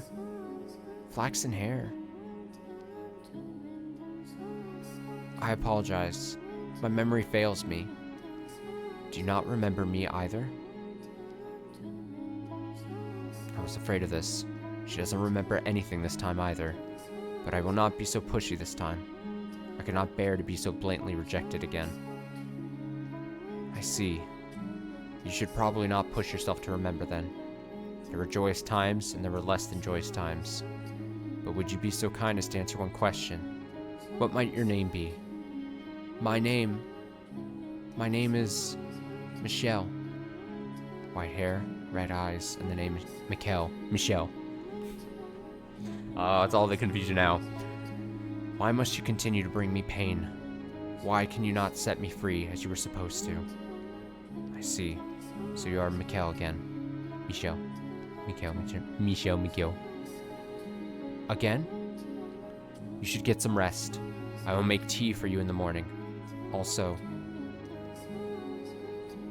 go on, close your eyes.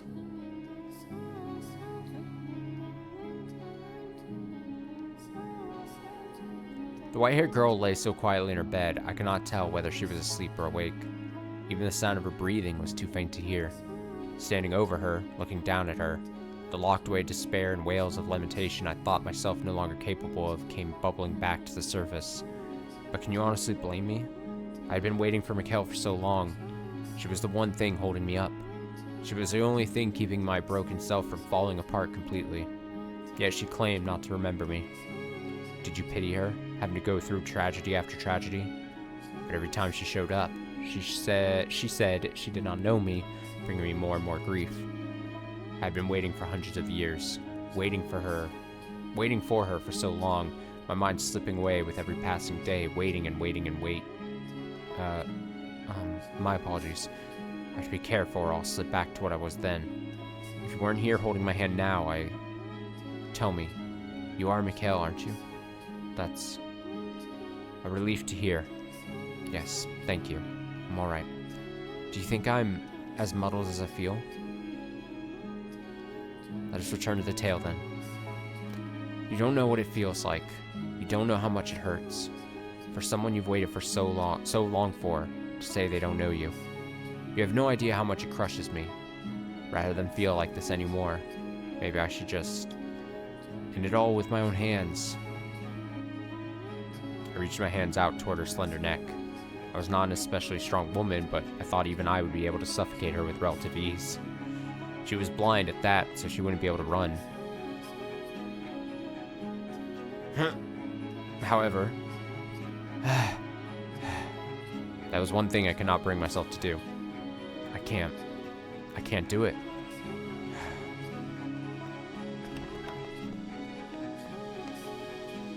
Fight the urge. I ran, and I ran, and I ran, though I knew I had nowhere to run, plunging myself into the mansion's darkness. I did not want to be there any longer. I did not want to have anything to do with her.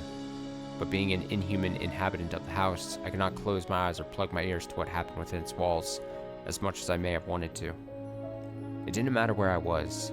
I had no say in the matter. I was forced to observe the events until their tragic conclusion. Twisted, bloody madness. Their wretched wails creating a whirlwind of misery. When it was all over, Morgana cackled like a little girl.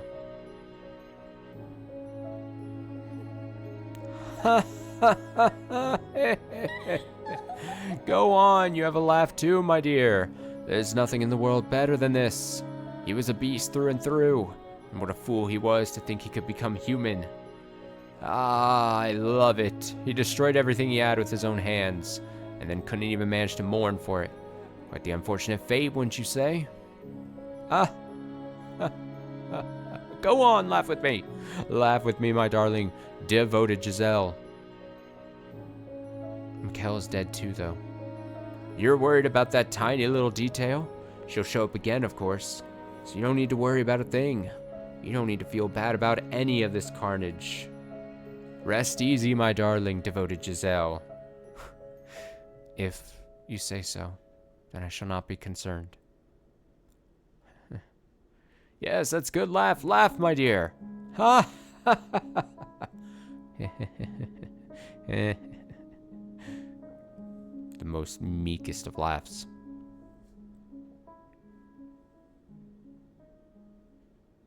Now we go to Abuse Town.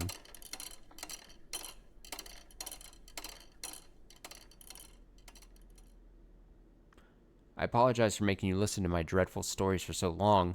You must be quite weary of them by now. But worry not, for this is the final one. And despite being the end, it is neither dramatic nor exciting.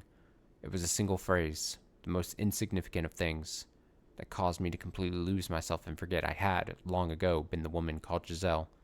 There was no malice in it. It was but a simple greeting. Ah, this music.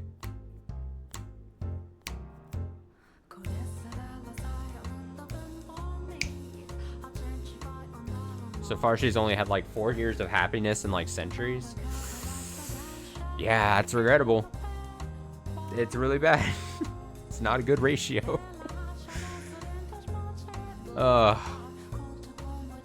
Do you remember how the first time she arrived, Mikhail said I had a peculiar presence about me?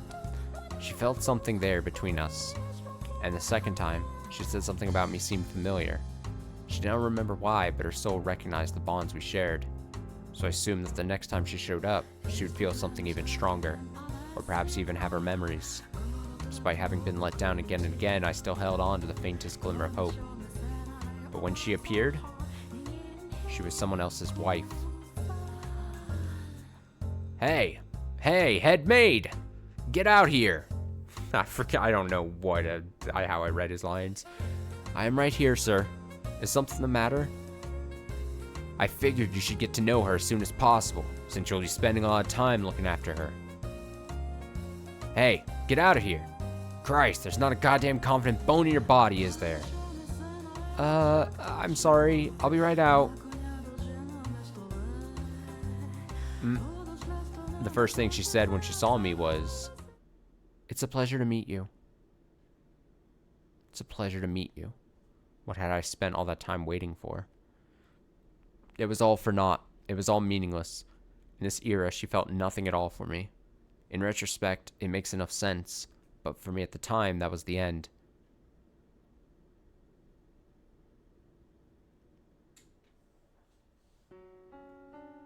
Morgana, Morgana, cast me into darkness. Make me a formless being like you. I don't want to be here another second. I don't want to look at her ever again. Morgana, Morgana, please listen to me. I'm begging you. Now, what's the matter, my dear? It's not like you to throw a tantrum. I can't take it anymore. I can't do this. Mikkel again. Oh, you poor thing. Betrayed 3 times now. Morgana, you pitiful girl. Don't groan like you're having a bad dream, my dear. I'm here for you. Please, Morgana, erase me from existence. If you go away, then I will be all alone, and that would be absolutely dreadful. But tell me, what torments you so, my dear? What? Mikkel, whom I've been waiting on for so long, doesn't... Oh, you poor thing. You spent so long riding the currents of time that you've lost sight of yourself. What? You've convinced yourself that someone else's story is your own. Someone else's... Yes, indeed. It was such a beautifully tragic tale, you fell in love with it. It resonated so deeply with you that you felt their pain as if it were your own. What are you talking about? I wanted to tell you, my dear, but you were so convinced it actually happened to you that I couldn't bring myself to take it away. Then, what about Mikkel? She's not the one you were waiting for, and you are not hers either. Then, what about Giselle? That is not your name. Then, who am I? Who are you? It's a very silly question. You are this mansion's cursed witch. I'm the witch? That you are. You are both the maid and the witch. But how? Do you truly believe that someone who has eternal life, who doesn't bleed when they're cut, and who can smile no matter what happens to her, isn't a witch? Wow, the gaslighting is extreme. It is off the charts.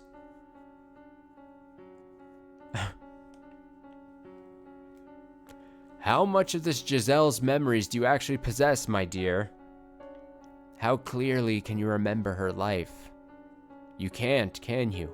You don't know what kind of story Giselle and Mikkel wove, and you wouldn't because you are merely an onlooker, much like you are now for this present tale. And by contrast, how much of the witch's story do you know? You should know it very well. Yes, but that's because you... No! My telling it to you is not the reason. The details are rooted deep within your memory. Then I'm... That's right, you are the cursed witch Morgana! It's not me, it's you! But you... I am you. You split into two because you refused to accept who you were. Think about it. Have I ever shown myself to you? Have I ever shown myself to anybody? That's why. I am the witch? That you are. I see. It all makes sense now. Everything has fallen into place. There's one thing I still don't understand, though. This story I was so enamored with, Giselle's and Mikkel's story. What kind of story was it? I would be glad to tell you. You look like you're ready to know the truth.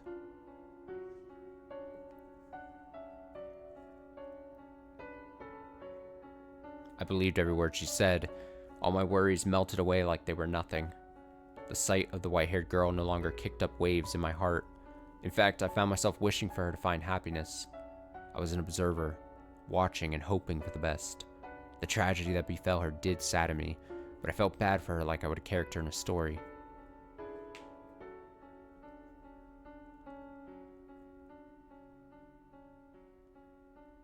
I remember this.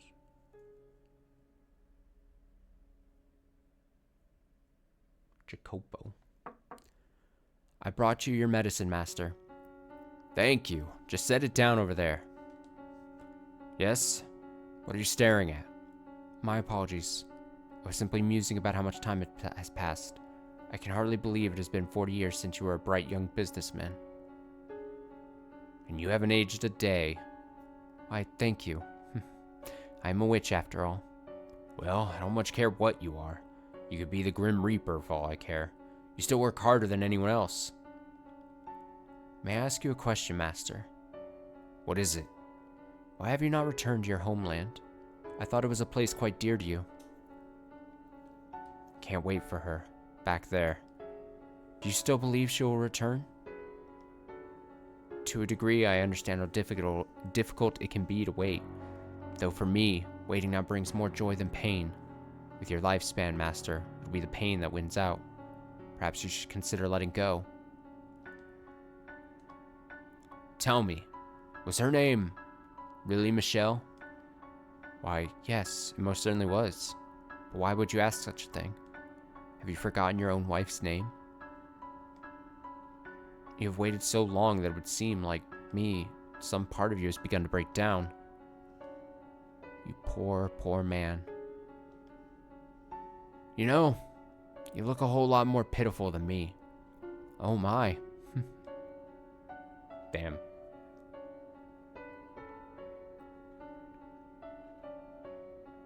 Oh, there you are. What has you in such a flurry, my dear? You are a noble servant. You must maintain your composure at all times. It's a callback. But the master... What about him? He was found deceased in his chambers. The doctor just came out. He said it was his ailment. And it would seem the master knew his time was short, for he left a will, asking not to be given a funeral. I see. I feel like... I feel kind of bad for him, though. Not only did he not have anyone at his side for his final moments, he didn't want to be sent off at all. Isn't that sad? It is for the best. There's not a single soul in this world left who could send him off.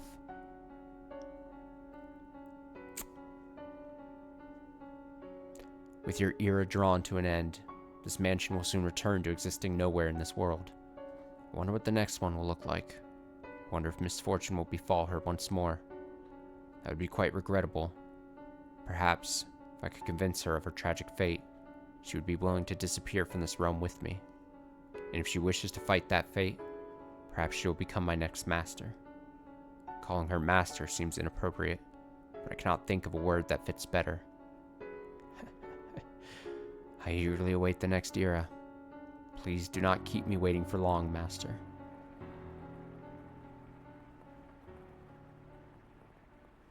Ah.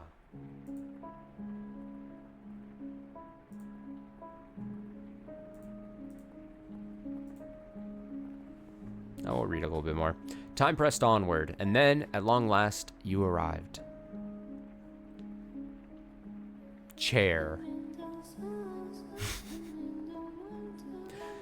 Oh, splendid. You have finally awoken. I've simply been waiting for so long. I've simply been waiting so long for this moment. Tending to the mansion all by my lonesome, ensuring it was ready for your return, master, whenever that time may be. When I caught sight of you through the window, my heart fluttered. The time had finally arrived. Oh my, you do not know who I am? Do you not know who you are either? It is quite the predicament. And how about this? I'm a servant of this mansion, and as such, I'm familiar with the many incidents that have taken place here. I shall show you the history of this house, master. Let us be off, then. And fear not. I merely entreat you not to let go of my hand. Should you hold it tightly, you need not worry about being washed away by the waves of history. No matter what happens, you mustn't let go of my hand. Oh.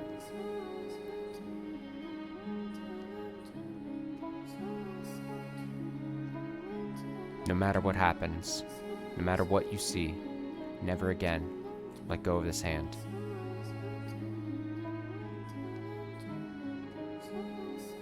That is everything. I prepared a number of things to say when she was finished with her tale, but I can't manage to put any of them into words. I almost hate myself for thinking it would be so easy. For letting myself hope I could simply pull her back to her old self, accept whatever had happened to her. Take her hand in mine, and that would solve everything. The truth is so much worse than I'd imagined, so much more harrowing. She was subjected not only to her own terrible fate, but every single one of this house's tragedies. The tales she told me are things she witnessed with her own eyes. How can I possibly blame her for forgetting me, for forgetting herself? I feel like I'm losing my voice. After so many hundreds of years. No, I should be...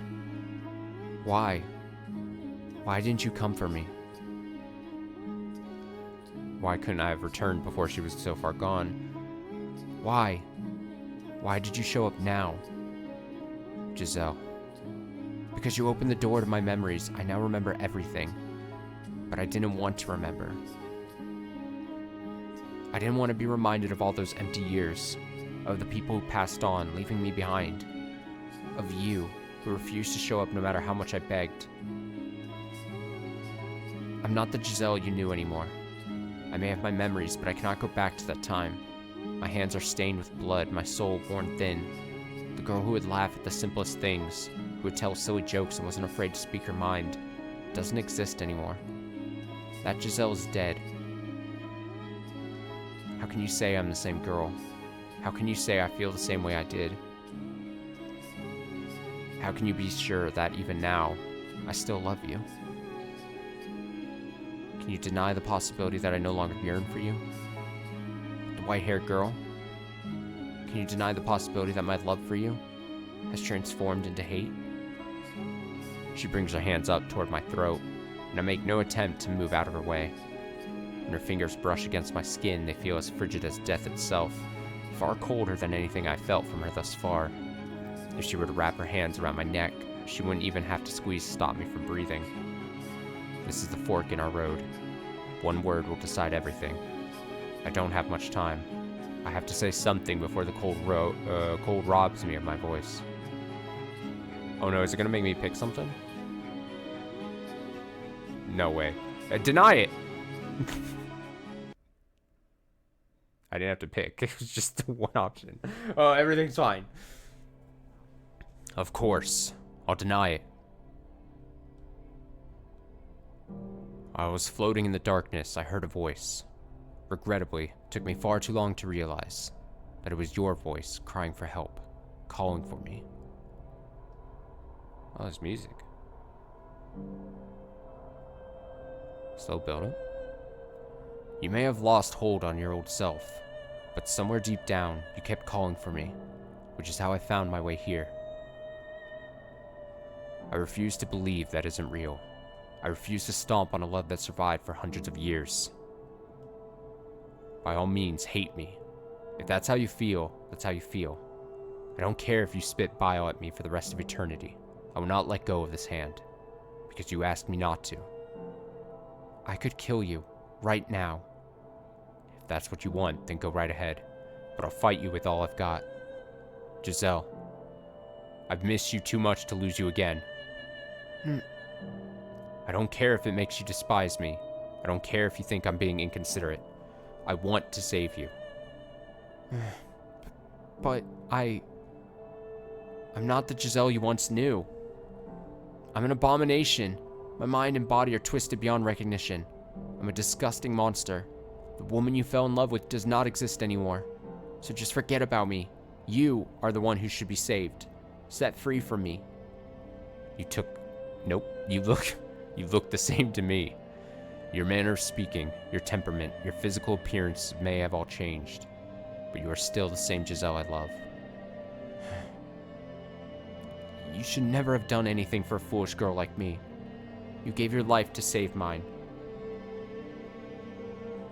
And I hated you for that. I never once considered how you felt with those knights pointing their blades at you, or what drove you to allow me to live. I should have, but I didn't. I was the one who trusted the witch, and yet I complained when you never showed up. I unfairly resented you for it. I'm a horrible, self-centered person. You would be so much better off with someone pure and unburdened with all this nasty suspicion and doubt and animosity. You'd be so much happier with someone like her. Giselle, you've been paying attention, haven't you? You were there for all the tales I told you, for everything that has happened up to this moment. So you should know just how loathsome a woman I am. Too weak to even keep herself together. No, Giselle. I'm nothing compared to her. Giselle! See? You haven't changed one bit. You still get louder and louder the more you lose your temper. Why do you feel the need to compare yourself to her? Because she is a better match for you. Giselle, I want you to listen very carefully to what I'm about to say. I'm so sorry for keeping you waiting, and I want you to believe me when I say that I dearly missed you from the bottom of my heart. I wanted you back. That has not changed. I believe me. I love you. I miss you so much.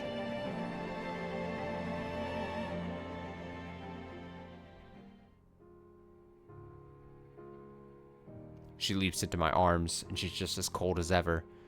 Her warmth-deprived body feels like the embodiment of all my mistakes. I wrap my arms around her, and I'm immediately filled with unparalleled relief, even as she sobs into my chest, her body cold as ice. And then... well, the darkness parts.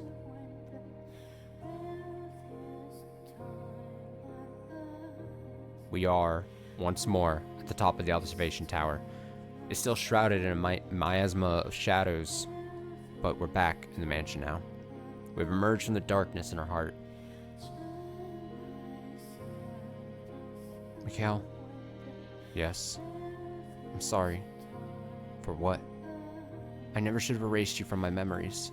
Yours are the memories I need to hold on to tightest. I was so glad to hear you say you still love me, even after learning the truth about me. Thank you so much. I'm incredibly relieved. As I watched, it felt like you were slipping farther and farther away from me, Giselle. It terrified me. Maybe it makes me a coward, or pitiful, but I was truly afraid of you coming to hate me. I would never hate you, Kel, ever. Thank you. We must leave this place. What? It would not be wise for us to remain here long. The air is still thick with darkness. But the front door won't open, and even if we could get out from somewhere, what would happen to us?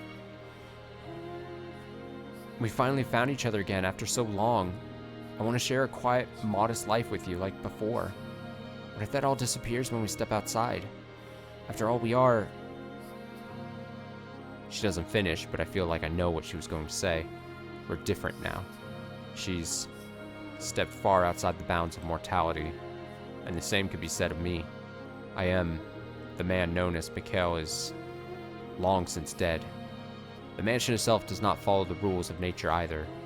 As beings no longer in possession of their proper forms, stepping outside these walls could very well mean the end of us. I can't say what might lay in store, but we must return. Even though, by staying here, we could be together for all time? I don't imagine that would be a very happy life. Did I read that right? We could be together for all time, yeah? I don't imagine that would be a very happy life. There's no sun here, no chirping birds, no trees or breeze to rustle the leaves. If we stay here, the nothingness will eat away at us. We've finally reattained our old selves. We need to take action now, while we can. What if I say I want to stay here? Then I'll drag you out. How romantic. It's almost like we switched places. Back then, it was you who wanted to stay. It's also kind of funny hearing you speak favorably of the outside, and especially the sun. The words, "that's all thanks to you," are on my lips, but before I can say them, I find myself hypnotized by her smile. That smile has picked me up so many times. She claims it's her only redeeming feature, but if she didn't have it, my life would have gone in a very different direction. I'm grateful to have gotten that back, too. Say, we're in the middle of a very, touching reunion, wouldn't you say? I suppose so, yes. And wouldn't you say there's a certain way these things usually go? Huh? Are you really gonna make me say it? Not this again. I was, hoping you might, perhaps, kiss me? What? What? Oh, seriously, what? Where did all that boldness from a second ago go? What happened to all the momentum you were building? Yeah, about that. I think that might be more appropriate. Later? Later? How much later? After we find an exit. We're, in a hurry? You're just making excuses because you don't want to. I swear that's not it. Giselle, let's save that for when things aren't as crazy. Can't relax and enjoy it right now. That's just wacky. What are you, 12? Oh, hush. All right, fine. But you better keep your word, got it? Promise. Let's go then. Let's find our way out of the mansion. There, our frozen time should begin moving again. That's hopefully where our future waits. It will be. No, we'll make it so. Yes, we will. If we leave the mansion, it should release our souls as well, and in doing so, should finally provide her deliverance. So I mustn't hesitate. To end all of this, for both of us, we must start again. This is where we... I was gonna say, there's no way. There's no way we're ending right now. What?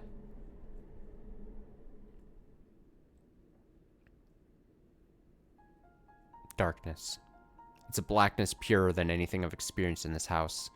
Not a trace of light anywhere to be found. Why did I ever think the house would let us go so easily? Why did I ever think our time in the darkness was over? Mikhail! Ah! The darkness surges through the open door like a wave, flooding the observation tower. Like ivy growing wildly to cover every last inch of surface, consuming, defiling, eroding. Our fingers slip apart, and concentrated rancor rains down upon us. Ah, how hideous a world this is. Oh, we got fancy text. Oh, the music going hard right now? Oh, no. Darkness. No, Mikhail. Please, please. No! Misfortune! Don't let go of my hand!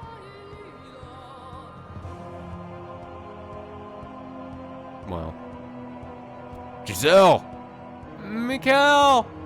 I said I would never let her go again. I said I would get her out of this place. I swore I would. But as hard as I try to stretch, I can't reach her hand. No! Help, Mikhail! I can't move! I can't move my body! Why did I read it like that? Ugh. I went out of my way to give you a beautiful tragedy. So why must you stubbornly insist on this ugliness? The more you struggle, my dears, the thicker and more palpable your filthiness becomes. It's sickening. Wouldn't you agree? She's always spat her bile with a song-like cadence, singing like a little girl, chirping like a morning bird. She celebrates misery, and she watches for the worst possible moment to let out a cackle. Morgana! No! What? What? What? Huh?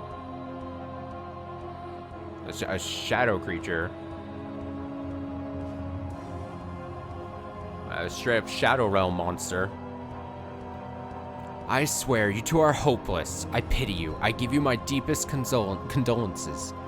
Let go! Let me go! Don't take me away from him! Giselle! The darkness seeping into her grew thicker by the moment, and his black tendrils weren't just wrapped around her, but me as well. Stop this, Morgana. Let her go? Wow, nothing more original. Ugh. I need a devoted puppet to protect this mansion for me, so I can't give her up, not even at your request. Besides, why should I give back something you threw away? Something you abandoned again and again? What are you talking about? You still haven't figured it out, my dear? Or are you just feigning ignorance for your own convenience? You always did like to withhold anything that might prove disadvantageous. Mikhail! Giselle, give me your hand. Reach harder. Reach as hard as you can. Grab my hand. I want to shake your hand. I can't do it. It's like I'm tied up. I can't move at all. She's right there. She waited so many hundreds of years for me, finally managing to reclaim herself. And she's right there. So why can't my hand go any farther? Why can't I reach her wrist, her hand, or even a strand of her flowing hair? Why can't I get her back again? Mikkel! Oh. Her voice is growing fainter, more distant. The darkness shrouds her, taking her from me. The chanting music getting louder and louder. Her arms, her fingers, the hand she led me with. Her smiling face, her once glowing grin, and her now more modest smile. The witch's darkness is stealing every last bit of her. No! Oh my god. Just turning into an abyss. An abyss presence. Mikkel! Help!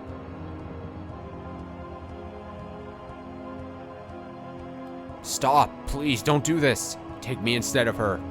Why? Why does it have to be her? Why her? Morgana!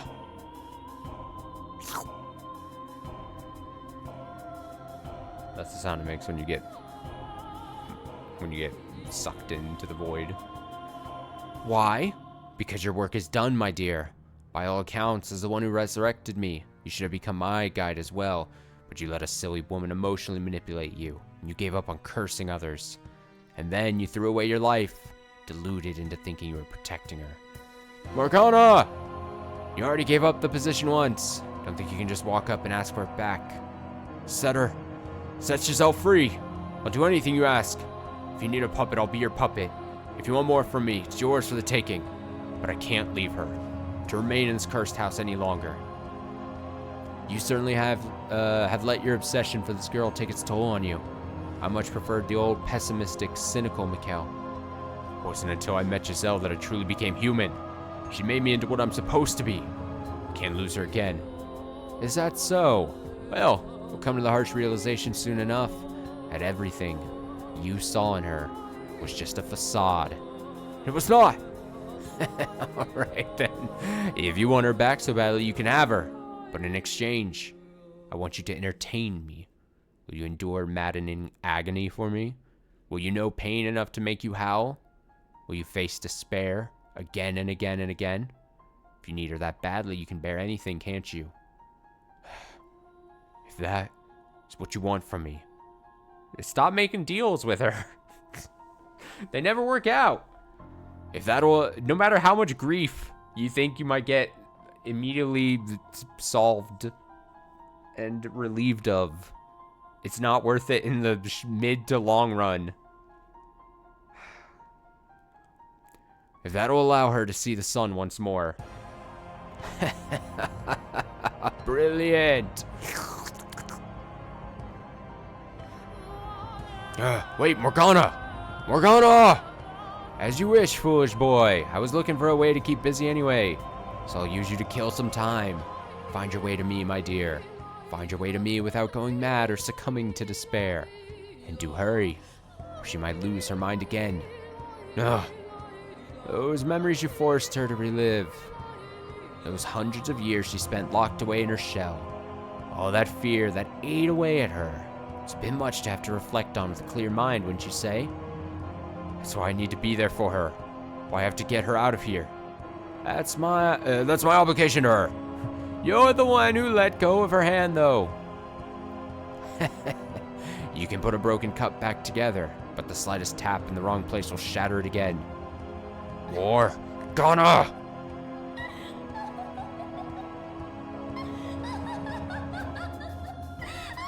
I've about had it with this witch lady. Something tells me she's not nice. The witch's cackling fades into the distance. My outstretched hand is completely enveloped in the shadows. I can't even make out the faintest outline of it. And I can't tell if I'm sinking, floating, being pushed along some invisible stream. Awkward timing, but you're turning in for the night. Alright, have a good night. Have a good one. Take it easy. Thanks, appreciate it. We're probably ending here soon. You're probably not missing much. Next time it gives like a nice break, which seems like it's coming up. And I can't tell if I'm sinking, floating, being pushed along some invisible stream, or falling with incredible speed.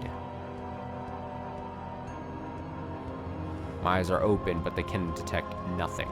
The complete lack of sound is almost painful. Nothing, anything, anywhere. Void. My consciousness begins to drift. Vague remnants of the feeling of her hand in mine are my only link to reality, my one and only landmark. Giselle! I must get her back. She waited, enduring for hundreds, no, almost 1,000 years. And now, it's my turn to act. I have to hold that resolve, hold it firm, so that I never forget her again, so that I never lose myself again, even if I'm consumed by the darkness. You must never back down. You must never look away. You must never lose her.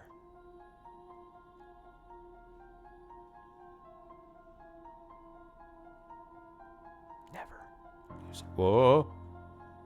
Wait, what? Now we get a title drop? Wait, the story behind the story. What the fuck are you talking about? What do you mean the story behind the story? I thought it was just gonna be a title drop, and I was like, okay, I respect that. But no, it's something. All right, that has to be an ending point. Holy, okay. Oh my God, what a roller coaster tonight. The story behind the story. I love how convoluted that slightly is. Oh God, man, gotta love it. Got to love it. Let's see. Okay, so as I said, there's a chance there might not be a stream on tomorrow night. I might be out, but I might be on tomorrow night. Who knows? Plans might either fall through or not happen or manifest, or I might just end up turning on the stream late if I get back at a reasonable hour. And if stream does happen tomorrow, the plan, again, a lot's in the air, but the plan is to start Chapter 5 of Deltarune tomorrow, assuming there's a stream. If there's not, then I'm also won't be on Thursday because that's my normal day off. And then Friday should be more Fata Morgana. So there's a chance if no stream happens on Wednesday, we might just be back-to-back Fata Morgana with just a 2-day gap. And we'll be back Friday night to read whatever the story behind the story is. But yeah, assuming there's a stream tomorrow, the plan, as of now, is finally starting Chapter 5 of Deltarune. If we don't stream that tomorrow, then we'll just wait till this weekend, and we'll get a good chunk into that then. But yeah, I don't know. I don't know how tomorrow night's going to be. I think if assuming plans don't fall through, I think I should still be at home at a reasonable hour and at least be able to stream for a bit. But who fucking knows?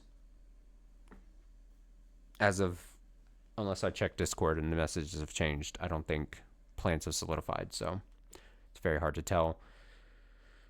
I hate not being the one coming up with the plans. I gotta be honest. But anyway, thanks for watching. Thanks for listening to me read and freaking out about Fata Morgana continuing our 11th.